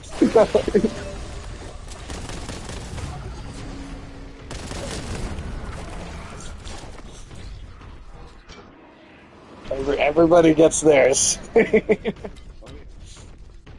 Michael's over there being like, these monkeys aren't endangered. It's just the implication. It's just the implication. It's the implication of being endangered. You keep using that word, implication. I don't think you know what that means. He's like, I don't get it. So, are these women actually endangered? Season 17 of that show is going to be starting in That's June. so crazy. In June. June, I believe. Yeah, we're close. It'll probably just last the month of June. They'll like air 2 episodes a night. Yeah, for 4 outside weeks, of 8 episodes. cartoons and sitcoms, I think that is about to be the longest running scripted live action. I think it already is. Is it? Yeah, I think it already That's beat. definitely Yeah, I can't remember what it. I mean, it'll never beat some of those sitcoms, some of those soap operas, because they're still going. And Yeah, they're right. at like 60 seasons. But for live action like comedies and stuff. Yeah, sure. And every Pretty season impressive. of that show is good quality. Yeah, I've never disliked a It's season. not like a soap opera where every fucking season and episode. Yeah, is I mean, terrible. It's- There's some episodes that have entertained me less. I'd have a hard time saying that like there's any real dip from season to season. No. Yeah.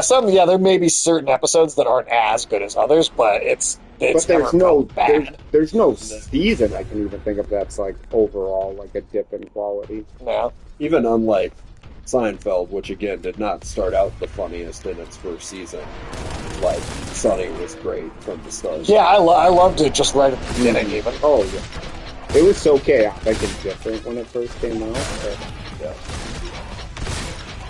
do you remember when it was the League and It's Always Sunny in the God, dude, that was a great thing. The Great combo pair. of those two. That was.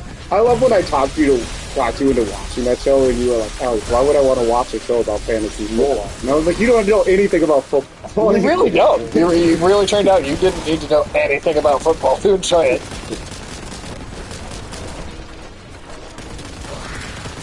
Oh, nice. That guy just friendly fired his own. Both of those shows came down fast. Oh, The God, cast yeah. made The casts are just so good. And It's Always Sunny. One of the great comedy ensembles. I love the entire cast of that show. Is The Bear the biggest show that's ever been on FX? It's pretty big, yeah, in terms of just popularity. See. Yeah, that's big. I mean, the biggest eras for shows I can think of are like... I mean, It's Always Sunny is big, but I still feel like it's a little underrated for how good It's never won an award. Would you say that The Bear is bigger than Sons of Anarchy was at its height? Oh, that's true. I think it is. I think it's bigger than Sons of Anarchy. That was huge, though. There was Sons of Anarchy was It was, for sure, but I think The Bear is, like, it's consistently been as popular every season, whereas the Sons of Anarchy would dip up and down, and people would be like, alright, well, this season's kind of shit, and then the next one would be popular. But it would kind of go back and forth a little bit, season to season. That's a good call out. I was going to say The Shield was big for FX. I forget that. I almost think of that as an HBO show sometimes. The Shield was the first, like, big show. Yeah. And then it was Sons of Anarchy. Actually, you know what? I think The Shield might be bigger than... Like, yes, at a very different time. But I don't know if... hey, what's up, Hawaii boy? How you doing? Hey. Welcome in. How's it going today? Doing good? Hell yeah, man. Then Justified was a big show. Justified was awesome. Yeah, that was the big one. I mean, Justified was definitely a better show. I think The Shield might actually be, like, the most...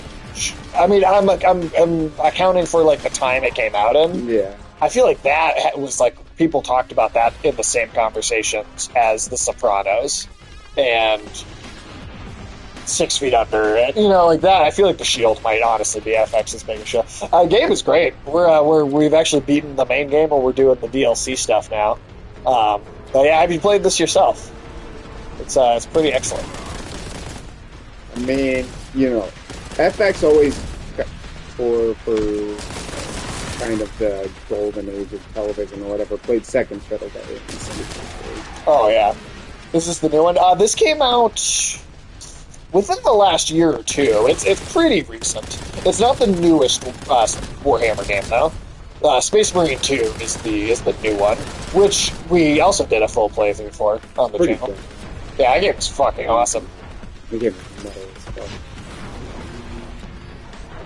Maybe not as metal as Doom. I mean, Doom is kind of based on like metal album covers. well, I mean, Doom is somewhat based on Warhammer. Oh, So they share a bit of that same. That's the one you got. You just barely started. It's a lot of fun. Space Marine 2 is a lot of fun. It's got some solid multiplayer, and I'm not like a big multiplayer person either, but it was like legitimately fun online co-op for that. There's supposed to be releasing like a horde mode for it at some point too. Ooh.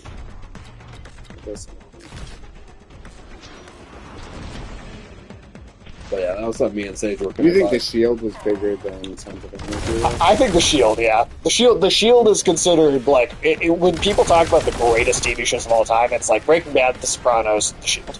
Oh, Like it is, and it was like again. I think the thing that why I would say it edges it out, because otherwise I'd say they're pretty close. But I think what edges it out is Sons of Anarchy was inconsistent in its popularity. Yeah, It would be really big, and then it would kind of die down because people would be like, it's not as good anymore. And then it would kind of come back and get popular which again. are totally fair criticisms. That Right. show was Very up and down.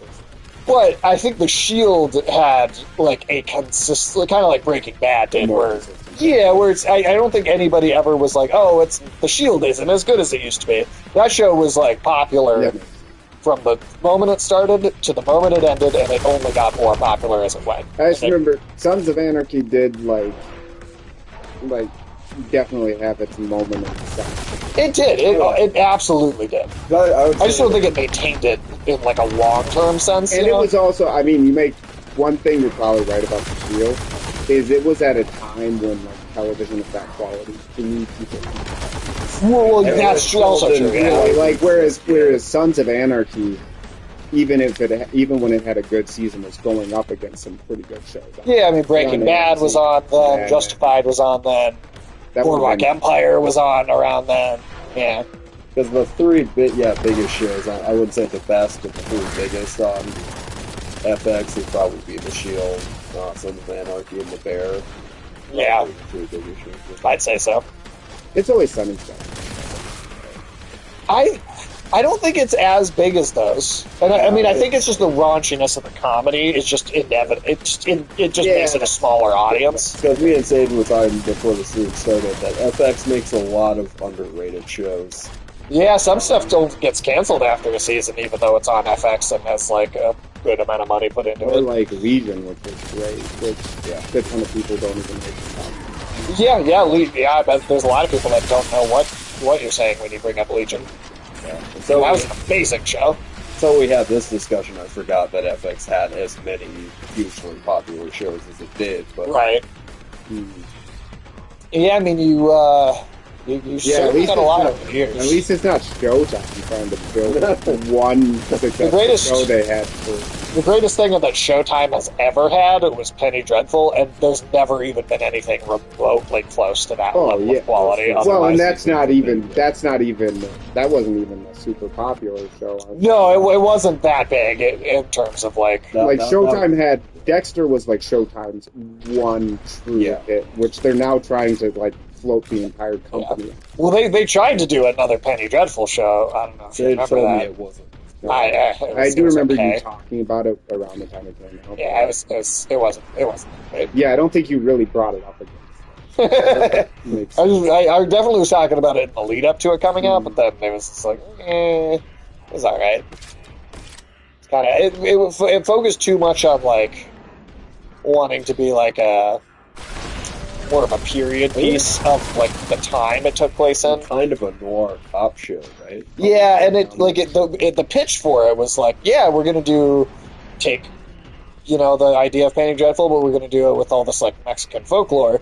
Then when you watch the show, it's kind of just like mostly real people in like a real time period. Yeah. And the supernatural felt like a real backseat.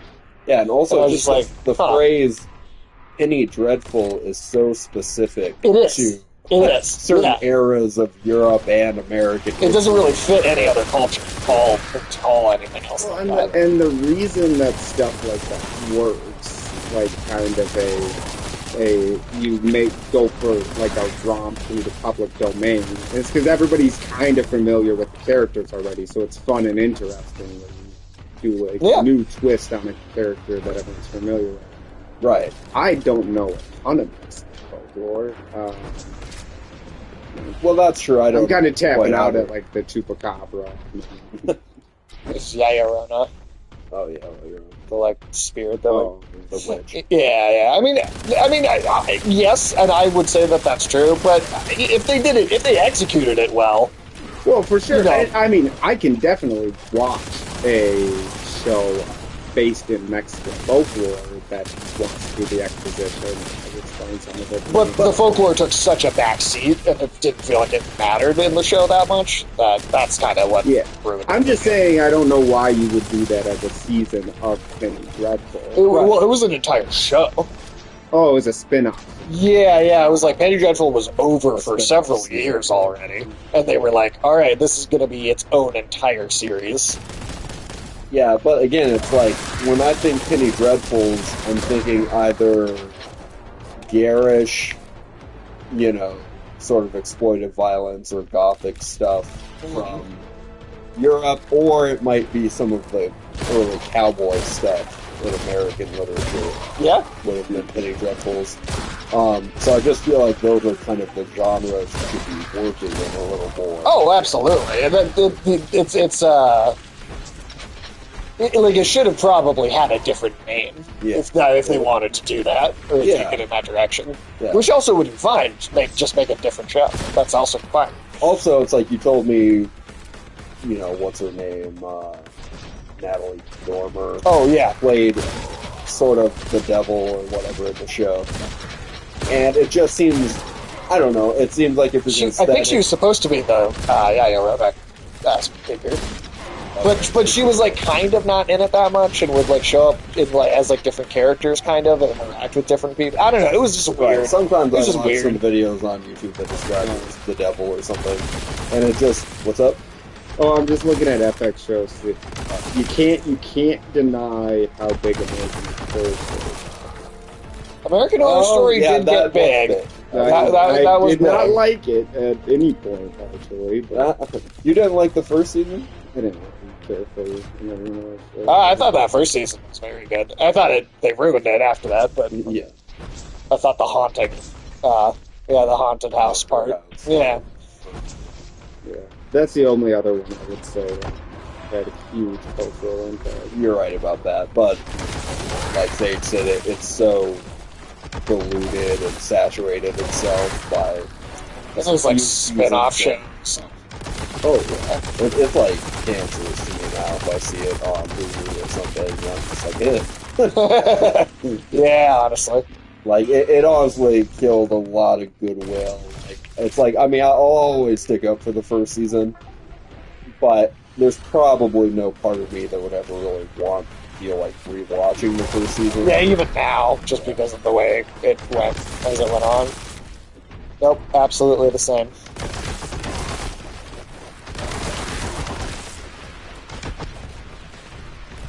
But yeah, it just seems to me like if there was a devil type character in that other Penny Dreadful, it seems like if you're working in the world of Penny Dreadful, you should stick to some of the cosmology of the original. That's the other thing, series. right? When you had some of these actors that like would show, like Rory Kinnear was in it, as like a Nazi dentist. That's kind of interesting, I guess, but and It was- American Horror Story sort of way. I guess. But like that's it was like okay, so this is not even the same world. It didn't seem like if he's playing this completely different character, and then that was just even more like, well, okay, why am I coming back for another Penny Dreadful thing if it's got literally nothing to do with? Right, like even if I feel like no matter what, doing another sort of season of Penny Dreadful was not a good idea in that. No matter what it was about, like just not enough people were going to tune in for it, probably no matter what. Right. I mean, it's not like it was that big a show. I mean, obviously we loved it, but like it wasn't the biggest thing. No, not It was a niche. lot of people knew about it, and you kind of had to like be sort of a goth dweeb like me that like super loves that fucking Right. style. But nonetheless, I mean, I feel like the cachet of the show was so good. It's like the people that watched it knew the writing was so fucking good in it, and the things that worked in it. It's just like, why would you not want some continuation of that essence Right. from the first series? If you're gonna do it, it's like Daredevil Born Again. At least Born Again eventually got figured out. It figured itself out after some time. And that those creative teams figured out, like, it's got to be like the old show because Right, that's right. what people want. That's what people want. Yeah. Did we tell you that the Daredevil show did get good? Turned itself around. Yeah, as bad as it started, it got good over the course of the season. Like the season finale was like genuinely a very good episode. Okay. It took some time. Well, I'd say by like episode 4, it's at least like all right. It's decent, and then as it felt like it got better after that with kind of each episode. The one thing though is that it takes up basically, and it does happen, but it takes until basically the final episode for Kingpin to be interesting again. Oh, He kind of sucks throughout most of it. It's like he's cucked for a while. he gets cucked pretty hard. really? Yeah, he has to go to marriage therapy all the time, every episode. And those are like the worst scenes. They just act like just. And he has his like George Bush reading the kids' book in kindergarten class moment at one point. We should show him that. Yeah. But it would be like if one of those kindergartners also threw their shoe at him, like, Let's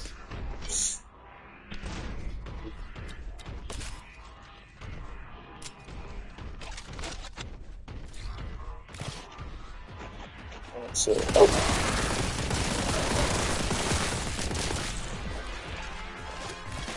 But yeah, I am looking forward to watching the second.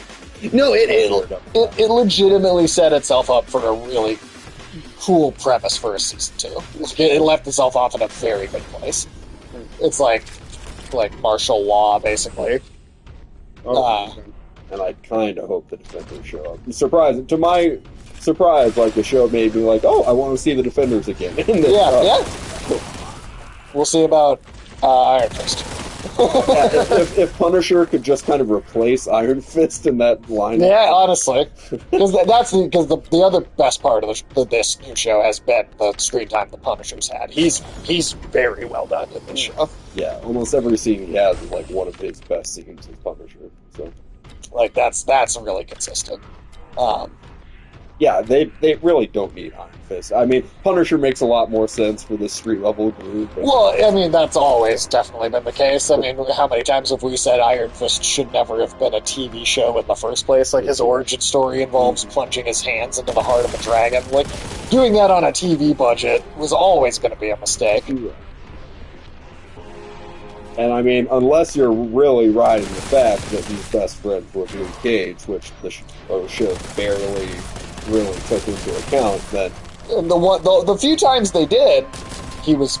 it made sense. He was why actually he was there. Yeah, it was like, oh, that's the best screen time that Iron Fist did have was when they did lean into that. But yeah, they did it so little. Yeah. I mean, that would be my ask is if they do bring him back as that character, just give every scene he has. He should be sharing it with Luke Cage. Yeah. Because Iron Fist is technically a street level hero in the comics, but he's like as powerful as Doctor Strange or something. I mean, as far as some of the stuff that you can do. Yeah. He just like street level in terms of like style and theme, but like in the presentation, you need so much more. Yeah.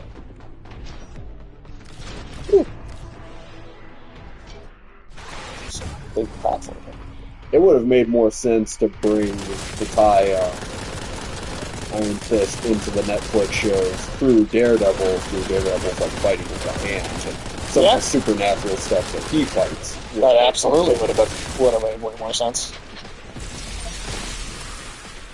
And he could just shown up in full regalia wearing the you didn't even have to. You could just introduce him as a side character. Just like they did with Punisher, just in some season of Daredevil. So there you go. That's why aren't we in the writers' room?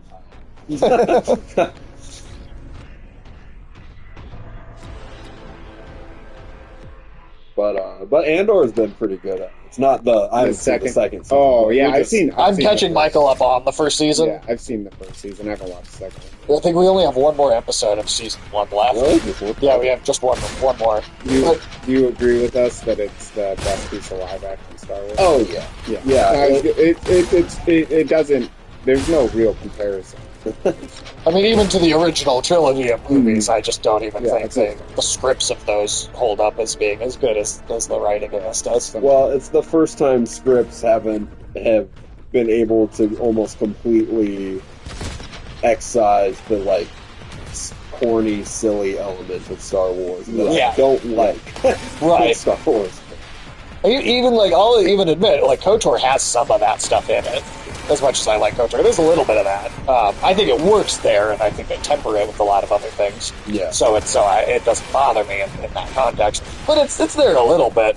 But yeah, Andor truly is just like, no, we're gonna have this be 100% serious. We're gonna be able to take it serious. Yeah. The cutesiest thing in Andor is like a little bit that droid, but the droid's not in it that much. No, yeah, he doesn't even show up a lot.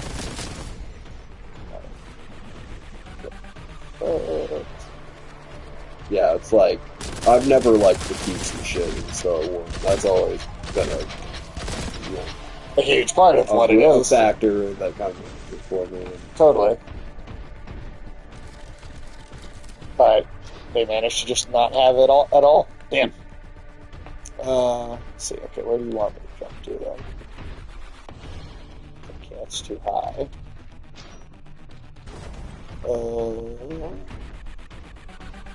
And that Skeleton Crew show looks like it's all cutesy elements, doesn't it?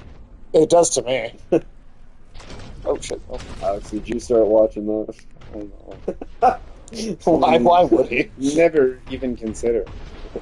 My dad said he likes it. Which is how you know you don't want to watch it. That's gotta be sad to hear all these opinions from your dad about shows and just like, That's how he knows to not watch something. I don't know. I mean, Right. my dad just doesn't have taste. It's not like, it's not like he doesn't like things that are good. He liked Andor. Right, it's just that he doesn't seem to differentiate at all. Yeah, he that's good. doesn't seem to. He likes it because it's Star Wars. Right, like he likes Star Wars. He So likes it because he likes it because it's sci-fi. okay. So he Because just he likes like Babylon 5 and stuff like that, right? Yeah. so anything sci-fi he's in the bag for. Yeah, and I mean he likes good sci-fi and bad sci-fi. He really likes Firefly. That's true. People that are huge sci-fi fans, it's just a genre in general. Sometimes they'll just kind of like anything they from that generally genre. they generally like that shit. So, yeah. Woo, wow, I had 1 health there for the last like 5 minutes. Probably took someone like me a little while to appreciate sci-fi on its face as a whole, as a genre. Just, you know, because like I mean, you know, I would say I don't appreciate any genre as a whole because I don't think any genre is good as a whole. no, I get, but all the other genres I could appreciate. I mean, but like the in the weeds fantasy and sci-fi, like Sure. not till I was 12. Okay, there. I feel like you always knock that trash can. Are you like you're putting your foot in it or something? Like, I like to use it as a. That would explain it. yeah, that's that's definitely the reason. But no, sorry, what were you saying about? Well, it's just like once, with you, like probably like watching like the Lord of the Rings movies, like gave me a really Sure, probably deeper appreciation for the fantasy genre, and then totally. for sci-fi, what was it? I mean, my brother was always a huge Star Trek fan, so some Star Trek did get me into the genre. And then, Superheroes are mostly in that sci-fi fantasy. yeah, superheroes books were always easy for me to appreciate. That was the first thing I really got like super artistic over, and just, like wanted to know every detail about fucking Spider-Man's life and backstory or some shit like that. Right. But that's the thing about I guess American comics to me is it's a great blend of many genres. Right, it's not just one thing. It's able to adopt a ton of things. And styles, and so yeah, that one was always really easy to see. Like, oh, sometimes they kind of take the best of a lot of genres and Blend them together. yeah. Absolutely. There should be at least genre chameleons rather than superhero being a genre. I agree with that. And there should be eventually be a great adaptation of Chameleon, which we haven't done yet. No, so far we've just been the Craven the Hunter movie. That's something you missed, Alex. You weren't around for the Craven the Hunter movie. It was kind of entertainingly bad. It was funny. I don't think it was. It wasn't Madam Web. No, Madam Web was funnier.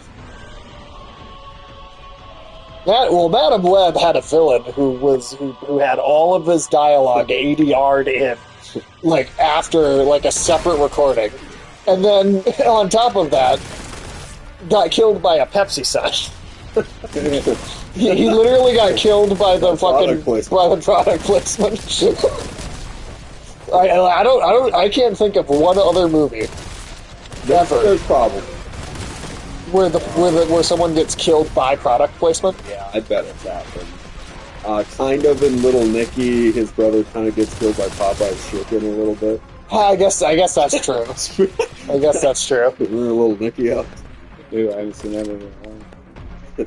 His brother Adrian, played by Reese Pons. Was that? Yeah, I think he plays. Was that yeah, I guess this has been so long. I didn't. Because he's kind of like well cast in that part. It's this like the Machiavellian, fucking Right. Luciferian devil type archetype character. You falling asleep there, Alex? Dude, you're pulling a Michael. You're taking after me. Don't worry, Alex. I felt like falling asleep 30 minutes. come back and you're both just going to be sleeping while I sit here playing this. I'm still moral. Shut up. My God, man, I've seen you straight up act. Yeah, I've done it only a couple of times. Oh, shit. So many times. Not even one. Okay, well, you just went back on what you said. I mean, are you just really trying to get into those monkey wet dreams as fast as possible? Is that why you you're like, there's better things waiting for me? Alright, how am I getting up this time? You said it looks like doing delivery. So I would be tired to... Michael, you did the same thing when you had no job at all. Roughly. Yes, it is. Every time I'm falling asleep, it's like... No. So, No. in one time. Every other stream. No. Like, every single one. Oh. It is. It just is. Am I? Oh, okay, I'm just shooting that. Okay, I thought I had to find it. What were we talking about before you insulted me? Oh, sci-fi. Let's see. I'm trying to think of like the Planet of the Apes. I think the first like 1960s. Not because I like monkeys and shit, but I think that definitely has something to do with it. Let him play. Yeah. Let him despite cook that monkey's ass. despite whatever predatory claims you guys will make about me, the 1968 Planet of the Apes is a classic, and maybe the greatest monkey movie ever made. I have no other appreciation for that genre besides King Kong, I guess. But Planet of the Apes, that is some great shit. And that I will unashamedly... What do those two things have in common? I will say unashamedly, that probably made me appreciate sci-fi. Yeah. Okay. What do you like so much about Planet of the Apes? Shut up, dude. I'm not going to go. Well, what is Planet of the Apes and King Kong have in common? And to be fair, I didn't fully appreciate King Kong movies until the Peter Jackson. Like, I like sort of the message of the black and white 1931, but I think the Peter Jackson one is far and above the best version of it. Oh, fuck. Alright, we got a full boss here. And people can say whatever shit they want to about the CGI. I actually like that movie, too. Yeah, what they want about the CGI in the 2005 Well, it looked great at the time. Plus, still better than exactly. some of the CGI today. Oh, for sure. Ah, fuck.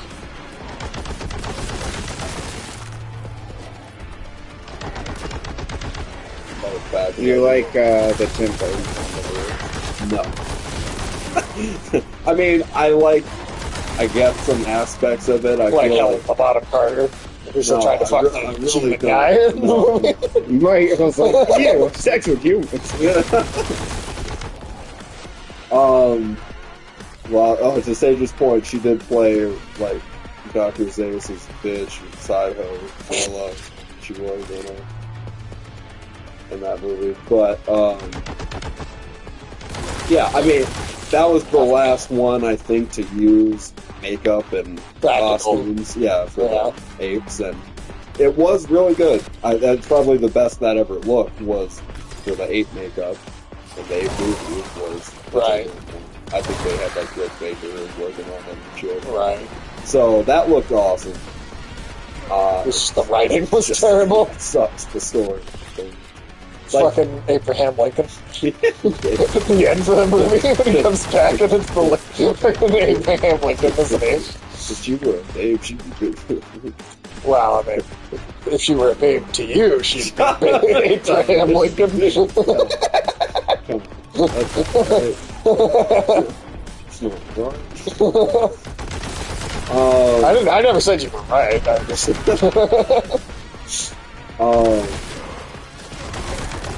But yeah, I I mean, ultimately, I'm glad that with the CGI route they did with the 8 movies. Well, Andy Serkis was able to just do Yeah. so much.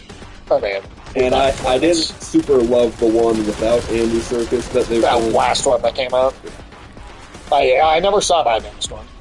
It was really like when we saw that trailer for that early Man or Better Man movie or whatever, where That looked like way more. And you said like this could be a fucking sequel, and I was just thinking like, yeah, that would have been a more interesting kind of route to take Planet of the Apes than just more the post-apocalypse type stuff that the old movies did. Right.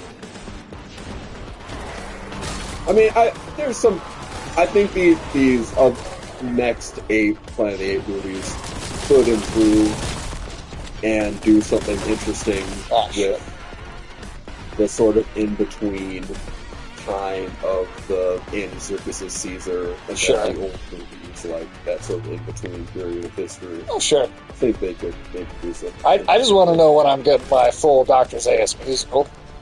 That's the thing, like, I don't know if we'll get... They do have one orangutan character in the newest Planet movie that is, like, a little more in the vein. Like, they're starting to introduce sort of the idea of, like, for whatever reason, orangutans. Because I think Dr. Zaius was supposed to be an orangutan in the original movie. He is orange. Yeah. So, it's introducing the idea that the orangutans are kind of slightly more cerebral and sort of scholarly. Okay. Apes, but which I think in real Oh, you fucking out, dude. I think in real zoology, I think orangutans do show some great aptitude greater aptitude perhaps for tools and things of that nature. Right. Yeah.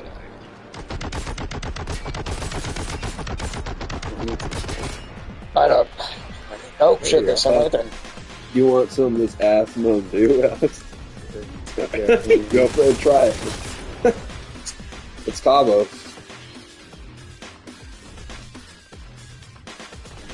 It really tastes like fruit gum and been chewing into food. Right. It is lacking flavor. Absolutely. But yeah, it's like I mean, nothing.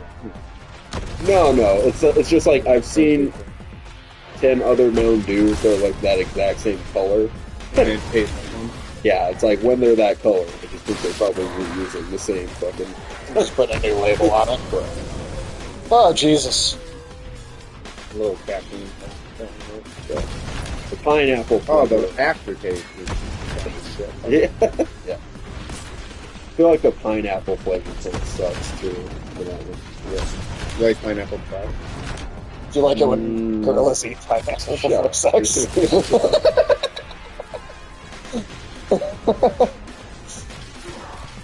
Seaman and Simmons. Michael says. They ate 3 pineapples today. Could be a good night. Do you think instead of saying King Kong ain't got shit on me, Michael says Harambe ain't got shit on me? I think Michael says King Kong should. God, come on.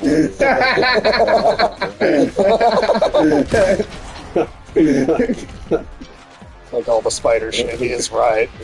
Well, that is that. Oh, okay. But that was a good joke, bro. So I'm fully with. Thanks.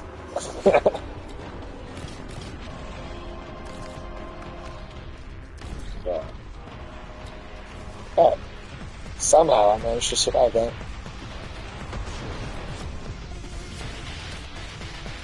But yeah, I think if you do ever see that Kingdom of the Planet of the Apes movies, I probably will watch it at some point.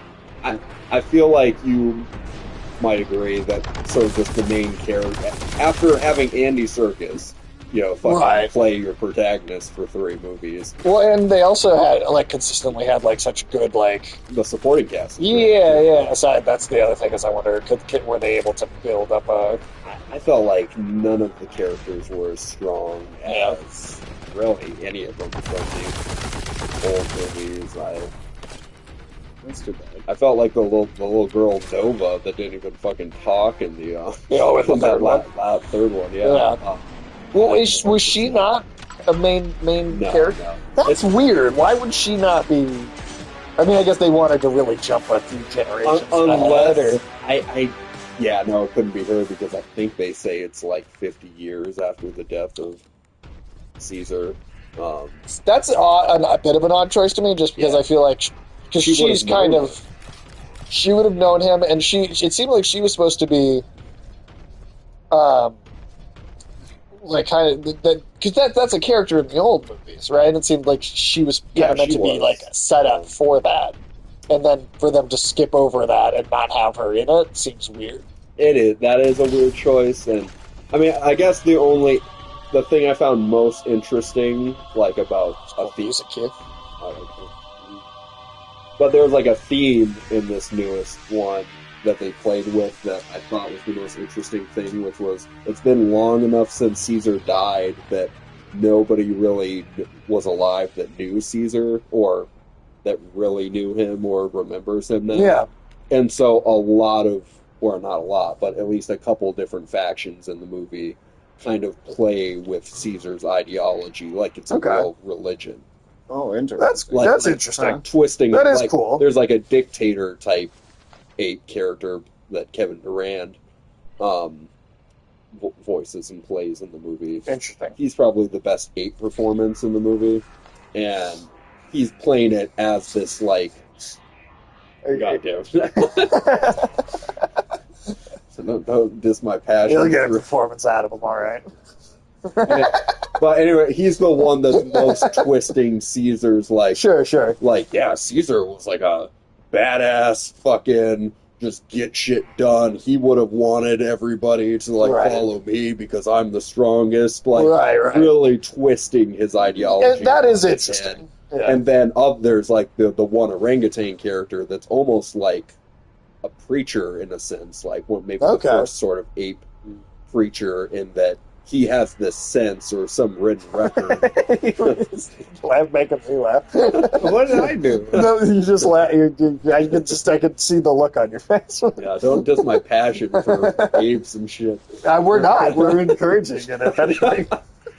But like, he's got some written record or something of like things that, like some of the actual rules that Caesar said, like apes should not hurt apes and stuff like that. Right. Like I don't remember exactly what this written record was from, but he's sort of treating it like he's dressed in a way wearing the sort of scarf type thing that makes him look like a minister of in a sense. What number rule is apes shouldn't have sex with Michael? Caesar never said shit like that. Just imagine Michael with the ape preacher just down on my knees. To take me there. I know Caesar never said that, but that's how you're twisting Caesar's ideology for your own purposes. Do you think we're going to stop here, though, just because these DLC levels are longer and we're really? almost at 5, but we're about 2.5 hours, so which is usually where I cut us off. Mm-hmm. But I think we'll finish this next week for sure. So I guess that this will make up the Tuesdays that Ulysses has gone for. Gotcha. But yeah, he's reading your monkey rule book right now. You better stop this. Well, Seaman and Simeon's in a bookstore near you.